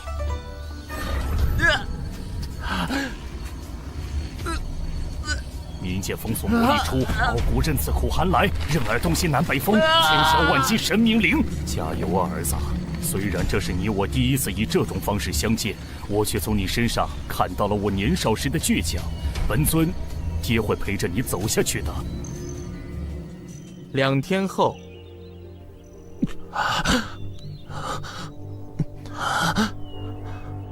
2天了，气盈白骸，肉身洗炼。好小子，第1关你坚持下来了，第2关马上要来了。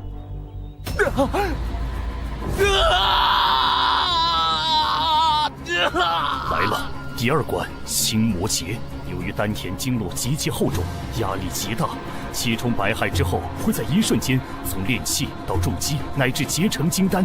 期间心魔乱象丛生，会远超过常人修士。若是意志不够坚定，就会神志溃散。加油啊，孩子！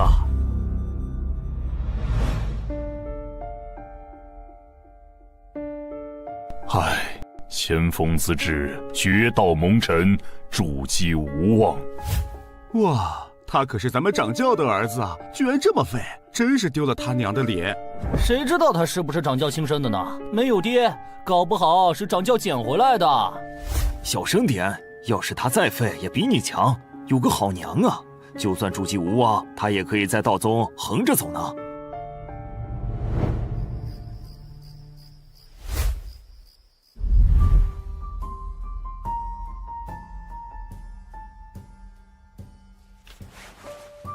唉，孩子，这里的经卷老夫都背得下来，没有你的希望。唉。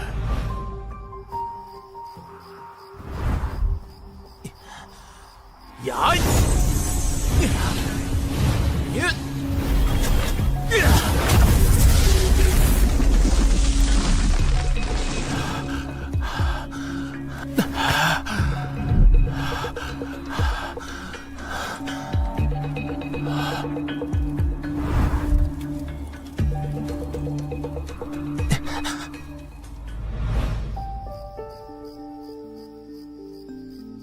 娘，我找到办法了。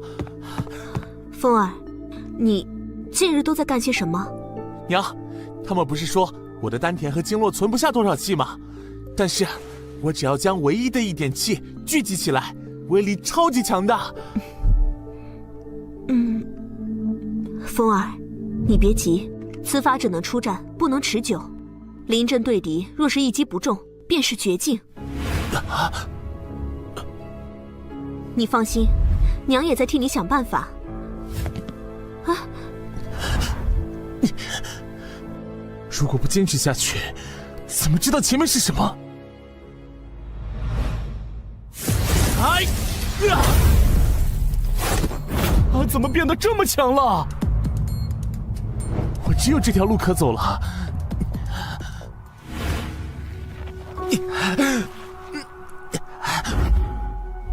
区区小技，只要躲过第一击，你便是砧板上的鱼。只有这条路可走了，没有其他希望了。继续修炼，能多储存一些气就多储存一些。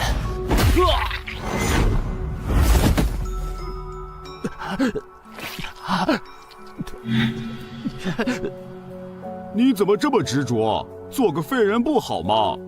哼，放弃吧，好好做个纨绔子弟不好吗？给他取个外号吧，就叫一击无敌，二级废物，怎么样？我该怎么办？这样下去真的可以吗？如果放弃了，我还有什么路可走？我该怎么办？我该怎么办？真的没有办法了吗？不行，我不行，我是废物！爬星通，挡星魔，别被表象所扰，去想你想要变强的本心，那便是你的道心本源。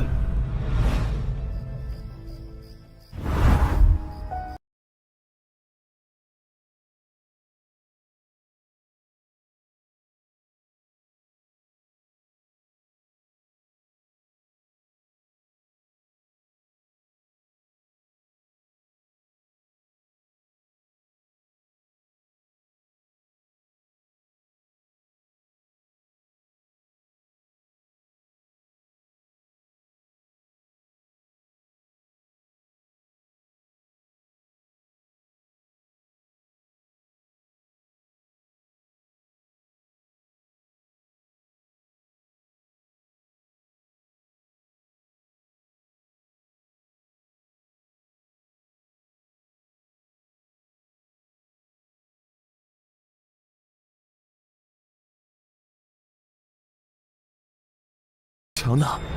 不是为了让周围的人看不起我，不是争强好胜，我只想和爹爹一样，将来能够守护娘亲，守护我最重视的人呢。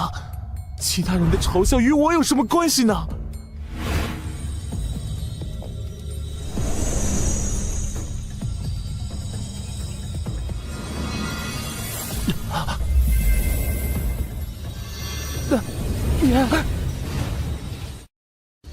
聚气成液，筑基；凝精化固，金丹乃成。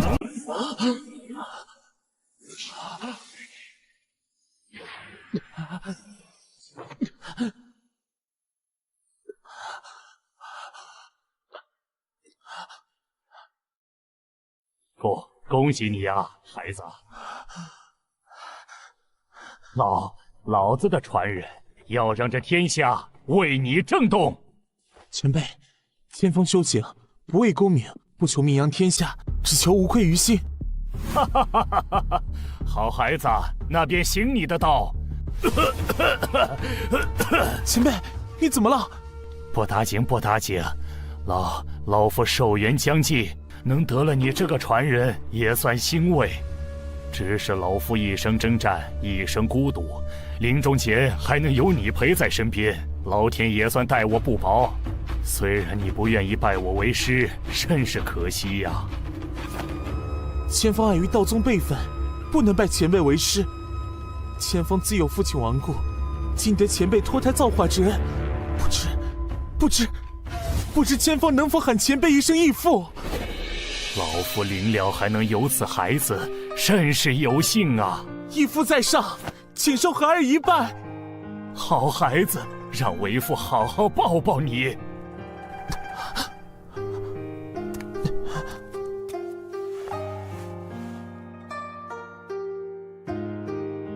没想到啊，居然是以这种方式和儿子相处，但是这感觉真好。要给离别加点特效才行，遁法万鸟飞絮。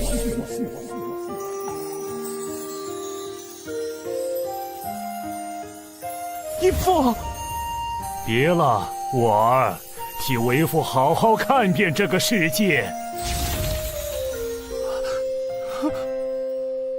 义父。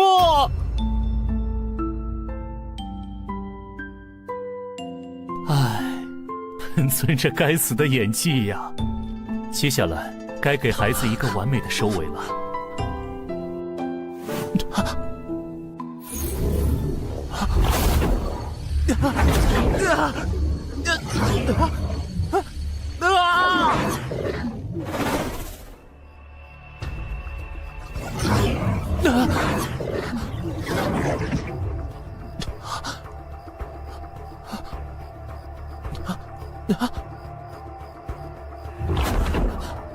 义父，您的大恩，孩儿永世不忘。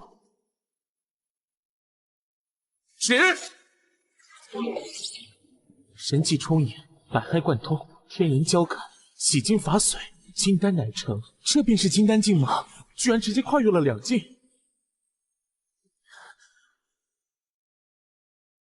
起！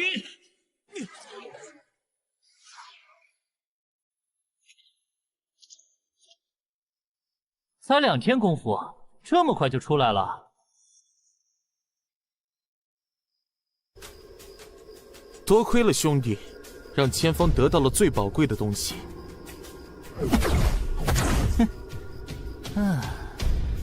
哦，金丹，你居然结成了金丹！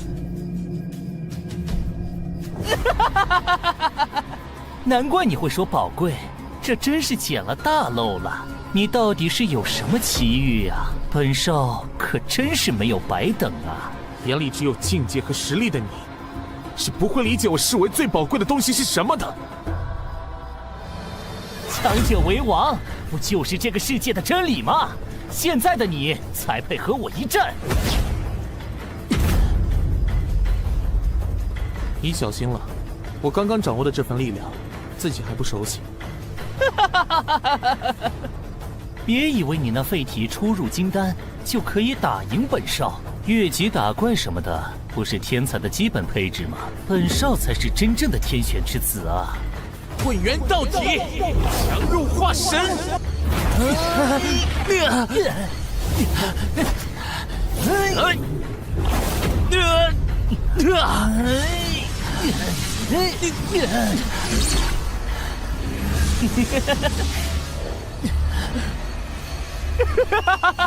痛快！再来！来！通过让体验释放极限的战斗，就能让他更好地控制自己的力量，避免今后力量失控造成不可挽回的事情。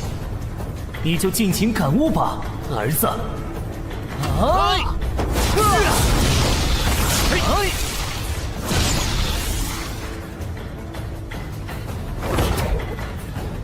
哈哈哈哈！好小子，这次就算我们打个平手，敢不敢报出你的名字？本少还会来找你的。道宗弟子，前方随时恭候。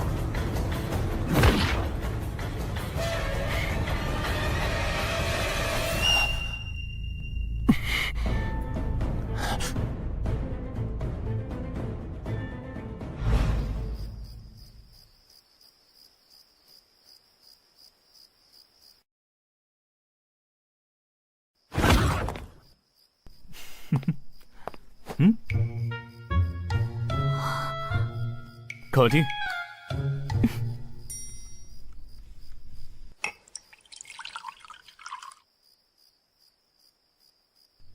谢谢。喂，你突然露出这么温柔的样子，我很不习惯啊。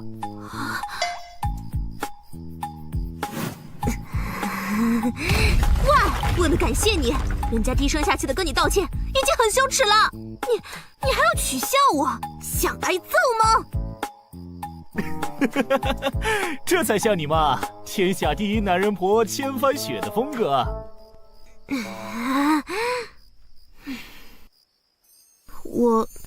我真的很像男人婆吗？不是很像，根本就是，当之无愧。想当年，道宗天下行走千帆雪，走遍神州大地，惩奸除恶，对抗魔教，外遇强敌，哪里都有你的身影。那份不输男儿的气概，不惧生死的勇敢，说话直来直去，一根肠子通到底。无边墙上一声吼，震退10万虎狼兵，当得起豪杰2字。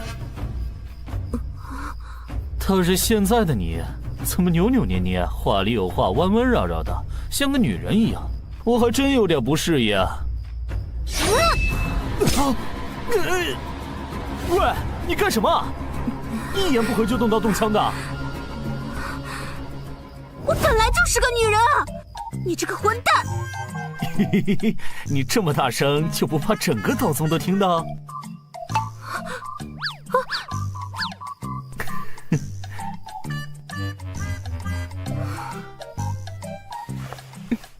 对不起。喂，你这整晚的都在干嘛？有话直说呀，干嘛突然跟我道歉啊？你这样我很不适应啊。我没让你们父子相认，你会怪我吗？我还以为你想说什么呢。就这事儿，这难道不重要吗？当然重要，但是我能理解你作为母亲的苦心，换做我，也许会和你一样。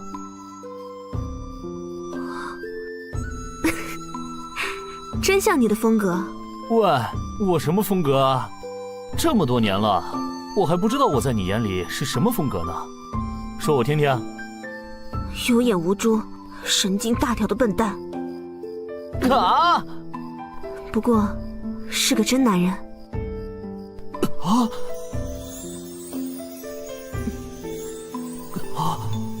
突然感觉好尴尬呀！为什么感觉心跳的有点厉害？得找个话题才行。怎么了？儿子虽然突破了，但是已经从道宗的选拔赛里落选了，他有失落吗？不会，我已经安排他下山历练了。正好有件事可以让他去处理处理。哦，儿子都还没下过山，他能应付得过来吗？魔宗叶焕焕的女儿离开了斋天阁，大闹河间道的名剑山庄。反贪！你说什么？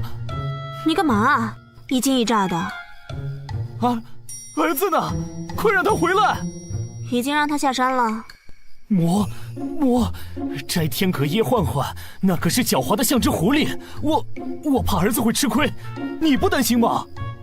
儿子现在能够打平越两境的对手，有能力自保，死不了。就算吃亏了，也算是见识江湖的尔虞我诈，我不担心。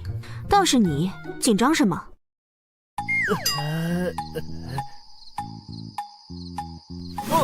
对了，儿子的事情解决了，我要回去看看万法大会的筹备情况了。我先走了。你，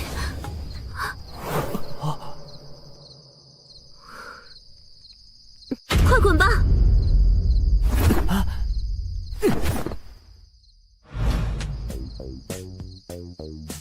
我去！怎么会发生这么狗血的事情？女儿头脑灵活，诡计多端，防不胜防。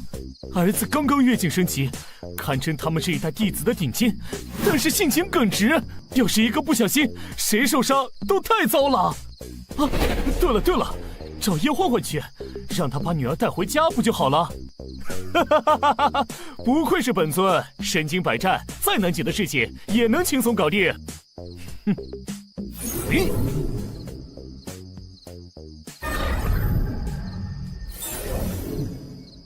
叶幻幻，快给本尊出来！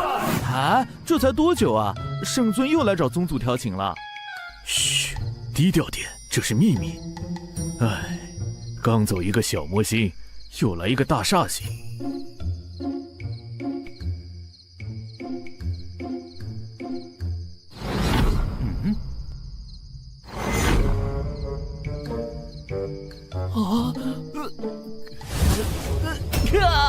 喂，你干嘛穿成这样？下面还有人看着呢。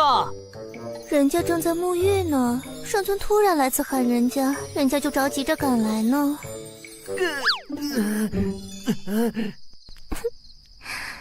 这才分别几日，圣尊怎么又来找人家了？快进去，先把衣服换好再说话。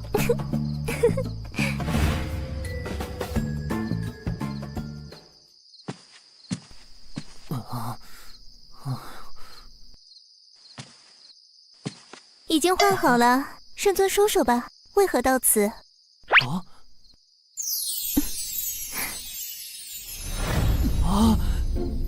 以你这狡猾的智慧，怎会猜不到？人家又不是圣尊肚子里的蛔虫，也不善他心通，怎么可能知道呢？女儿是女儿的事啊，你怎么会不知道？玲珑怎么了？她离开了斋天阁，现在正在外面到处捣乱啊！据说把那河间道第一大门阀的明剑山庄搞得鸡飞狗跳的。这野丫头居然跑出去了！我说怎么好几天都不见她了？喂，你不担心女儿吗？明剑山庄是到处找人来对付女儿啊！你是担心咱们的女儿呢，还是担心明剑山庄呢？当然是担心女儿啊！明剑山庄已经把求援令发到了道宗，千帆雪已经派人下山去了。道宗派了谁出马呀？要是没点厉害的本事，碰上玲珑恐怕也会倒大霉呢。到时候我还真想看看千帆雪会是什么表情呢。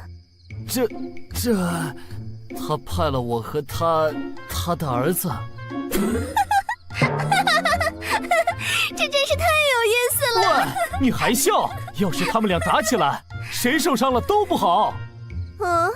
千峰他不是无法筑基吗？千帆雪怎么敢派他下山的？因为我……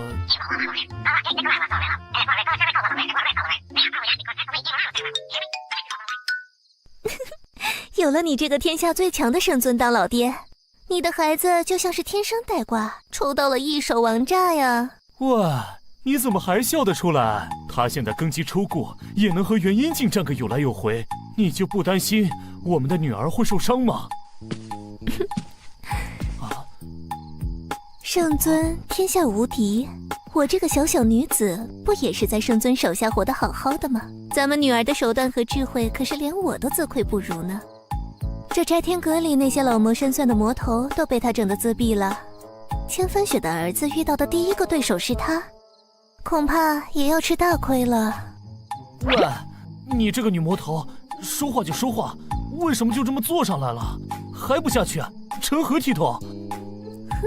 哼，离经叛道，不守成规，不就是我魔门奉行的准则吗？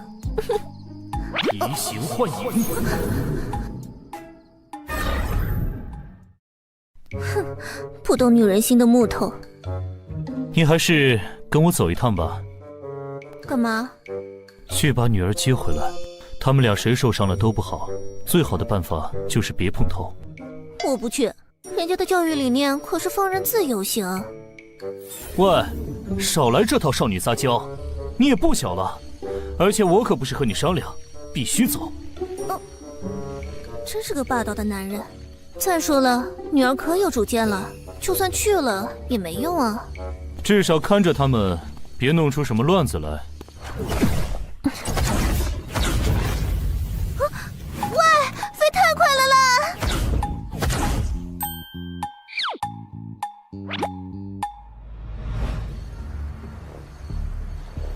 到了。天剑山庄是江南一带根源深厚的修真世家，可以追溯到400年前五龙争珠的时候，一直保持中立，对外也非常低调。我们至今也没有探明他们的底细，他们背后的势力还未出手，便求助道宗等派前来援助，背后也有不少疑点。啊，我们快去！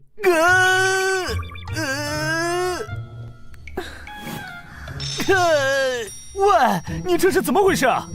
都是你呀，飞得那么快，人家这身衣服经不起摩擦呀。反正都出来了，先陪我去买身衣服。这扬州府的衣服可是出了名的。喂，别顾着我的手啊！还有，买快点啊，搞不好2个孩子就快碰头了。知道了，知道了，衣服的钱得你掏。省着点啊！神州百废待兴，到处都是用钱的地方，就算是我也很节约的。知道了，不过你得帮我挑哦。真是个没情趣的男人，难怪单身到现在。我只是一直忙着战斗，一统神州之后，又要忙着安定这个国家，没时间考虑自己的事而已啊。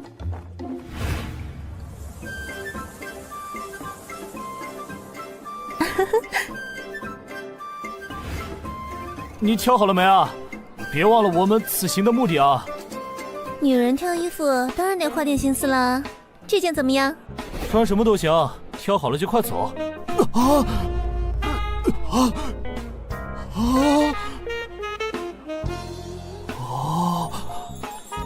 喂，到底好不好看啊？女魔头就是女魔头，难怪当年迷乱了那么多英雄豪杰。可就是迷不了你呀。到底是人家的魅力不够，还是圣尊你有别样的兴趣？啊！你想什么呢？我只是有红月在身，哪有时间顾儿女私情？选好了就走吧。就是腰上有点松，这里有点紧。唉，没有它适合我的尺寸呢，果然还是要定制的才行。那就等把女儿的事情处理好，我再给你定制一套。这可是你说的哦，那就走吧。别弄得好像出来旅游一样啊！怎么找女儿？你们安插在这里的探子呢？走吧，我们去问问。回禀圣尊，教主，玲珑小姐不久前突然失去了踪影，连带着一个道宗想要找小姐麻烦的傻小子，以及暗中跟随保护小姐的我教护卫，也都消失不见了。什么？是谁干的？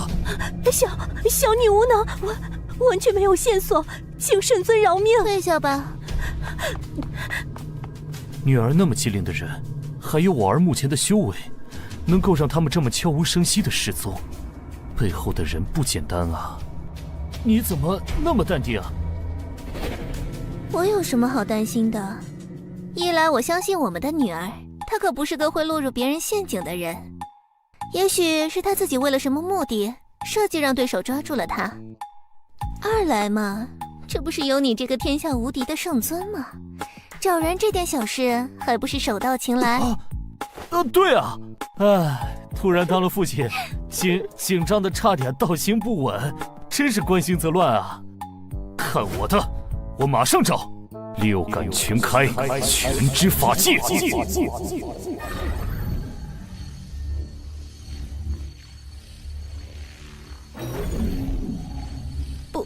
不用这么夸张吧？找到了，走。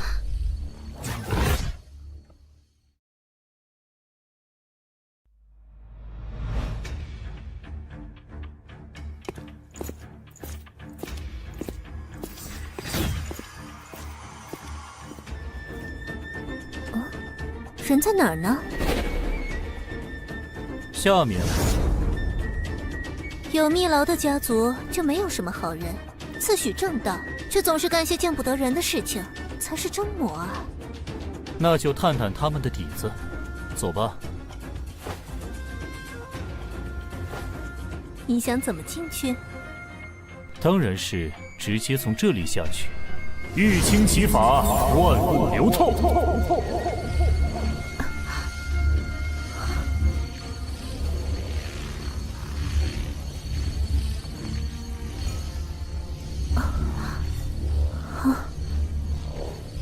这和土遁不一样啊，是什么法术啊？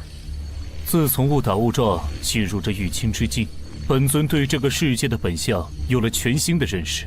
比如这世间万象，看似有如实质，实则万物皆空相，包括我们的身体都是。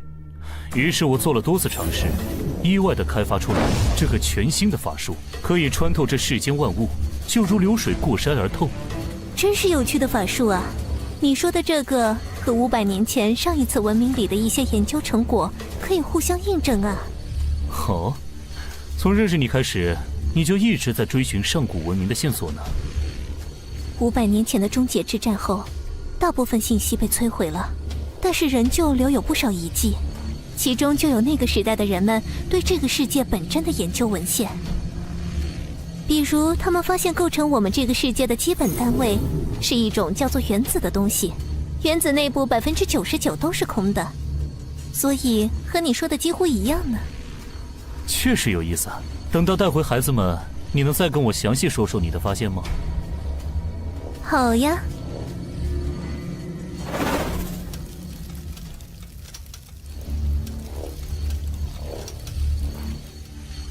喂，这就是你所谓的计策吗？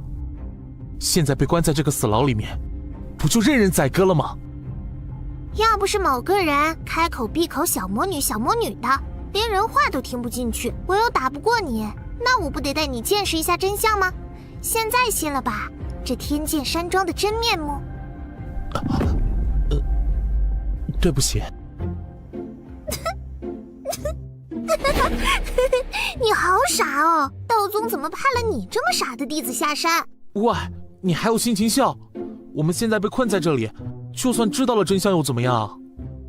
那现在你愿意跟我合作了吗？就算我愿意，又能怎么样啊？这东西是个厉害的法器，我能分金断铁，但是却始终挣脱不开。你看好了。哇，这是什么情况？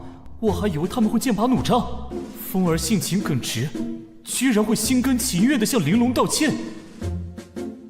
玲珑的修为在这一辈当中也许不是最厉害的，但是要说操控人心的手段，恐怕就大部分老江湖都不是对手。这简直就是一个小号的你嘛！怎么不好吗？做对手确实不怎么好呢，不过要是做朋友或者女儿，确实是极好的，至少不会让人担惊受怕。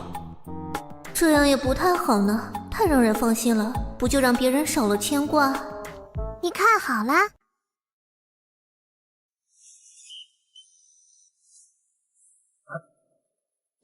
你在干什么？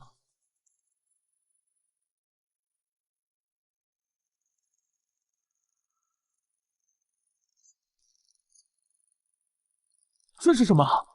是金虫，我从不老虫头那里抢来的。不老虫头？他可是维护一方的大魔头，你怎么？搞定。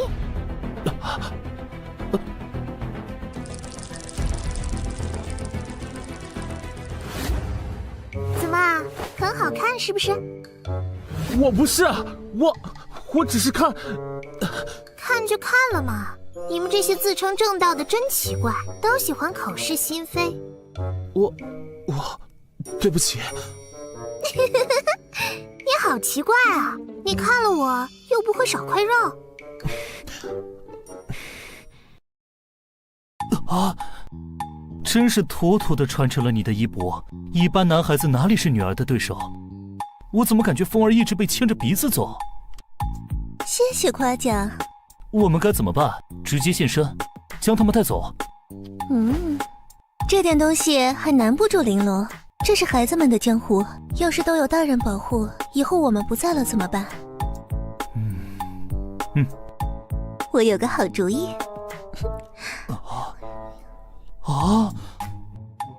真有你的，那就这么办吧。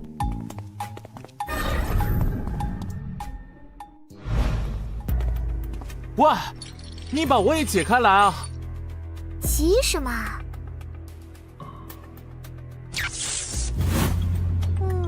他们在门上施加了雷电结界。切，这些偷鸡摸狗的家伙们都喜欢搞这些玩意儿，一点新意都没有。这是紫霄神雷结界，威力至阳至强，触之五内尽焚，神魂震散，元婴境都扛不住，我们根本出不去。你懂得还挺多的嘛。我曾经毫无修为，于是便读道宗典籍寻求出路，其中阵法一门也颇有研究。你读书读傻了吧？这种破阵怎么可能拦得住人？捂好耳朵哦。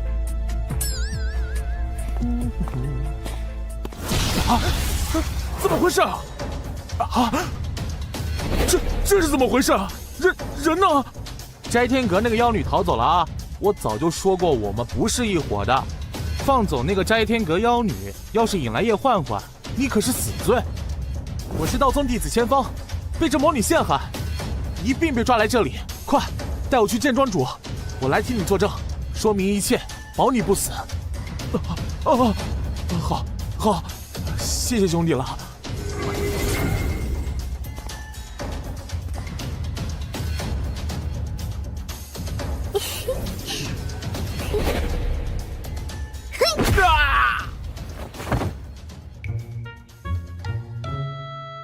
轻松搞定，我就说吧，这玩意儿哪里能困住人？千锋甘拜下风，快帮我解。拜拜。喂，你干嘛？干嘛？离开这里寻宝去啊！你把我也放了。放了你，继续给我添乱。你们这些正道中人，不是比我们魔门还要狡诈，就是一根筋尽添乱。人家明明告诉你，这天剑山庄偷偷抓人是要炼丹，你偏不信。对不起。切，你这种刚出山门、初入社会的乖宝宝，没想到的事情多了去了。是我天真了，我没想到天剑山庄自诩名门正派，竟然会做出此等勾当。只要你答应我，接下来一切都听我的，我就放了你，怎么样？只要不违背江湖信义，我都听你的。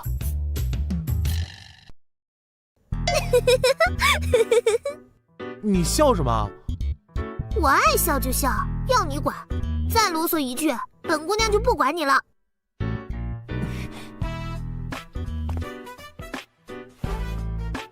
真听话，这才是好玩具，乖。别靠那么近啊！别摸我头。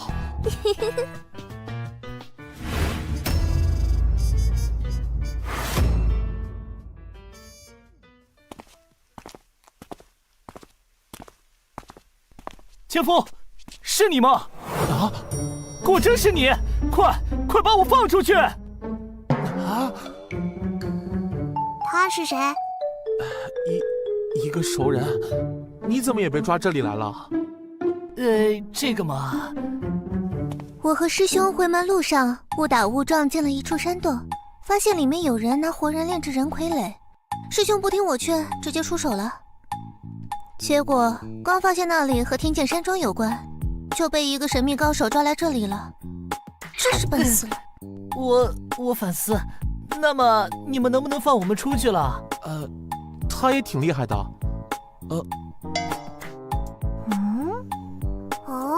这么巧的吗？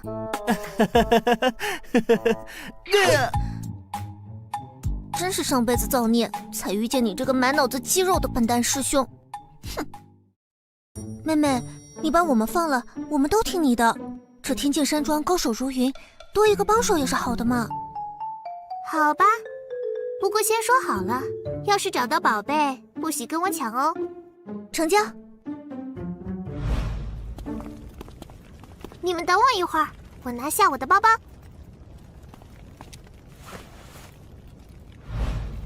走吧。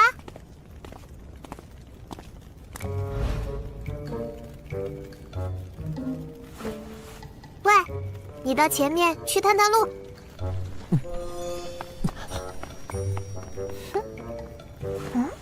啊，怎么不走了？老妈、老爸，你们来这里干什么？啊！我不是，我没有，你认错人了。别装了，玲珑早就识破了。哎，你怎么发现的？上次见到你的时候，我就在你身上撒了这个子母春伞呀。你看，这虫子扑腾扑腾的，就是嗅到了你身上的味道。更何况进来的时候我就观察过，隔壁是一个中年大叔，根本不是两个人。老妈，爹是用了什么法术进来的？回去告诉你。那么你们是来抓我回去的，还是来陪我玩的？玩？你到这么危险的地方，居然是为了玩？你知不知道这很危险？是。唉，这天阁他没有同龄的玩伴，所以他总会自己找乐子，比如找些刺激有趣的事情做做。不寻根究底，绝不罢休。与其说他爱玩，倒不如说如果没找点东西玩，他也不知道自己该干些什么。这孩子自小被叶欢欢放养，也没什么同龄的朋友，孤单一人想找人玩，一定很寂寞吧？爹当然是来陪你玩的了。好啊好啊，可不能告诉那个傻小子哦，他可是无敌玩具哦。这小子遇上了这丫头，被吃得死死的，也不知道是福是祸。可不能把别人当玩具哦，可以做好朋友嘛，知道了吗？欧啦欧啦，走吧。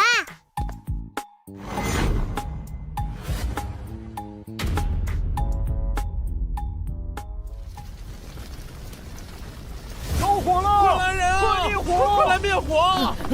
快点，这边来！这边！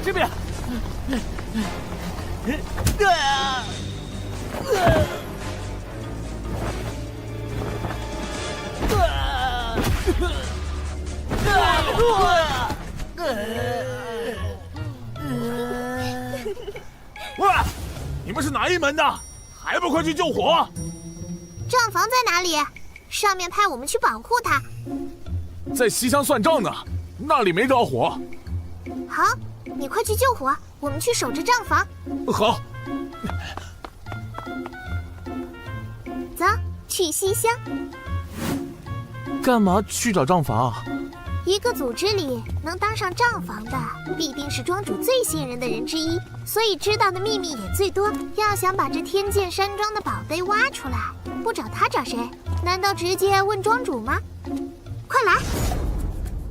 咱闺女脑子真好使啊！这天剑山庄数百年的传承，被她一个人搅得天翻地覆。随娘的。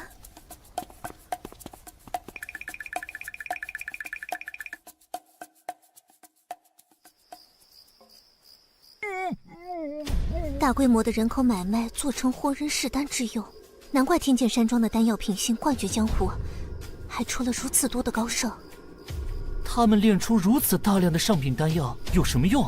和他们每年出货的丹药量，再算上他们自己用的，也只是这总量的零头啊！啊？喂，你知道些什么？还不确定，等再确定一些再告诉你。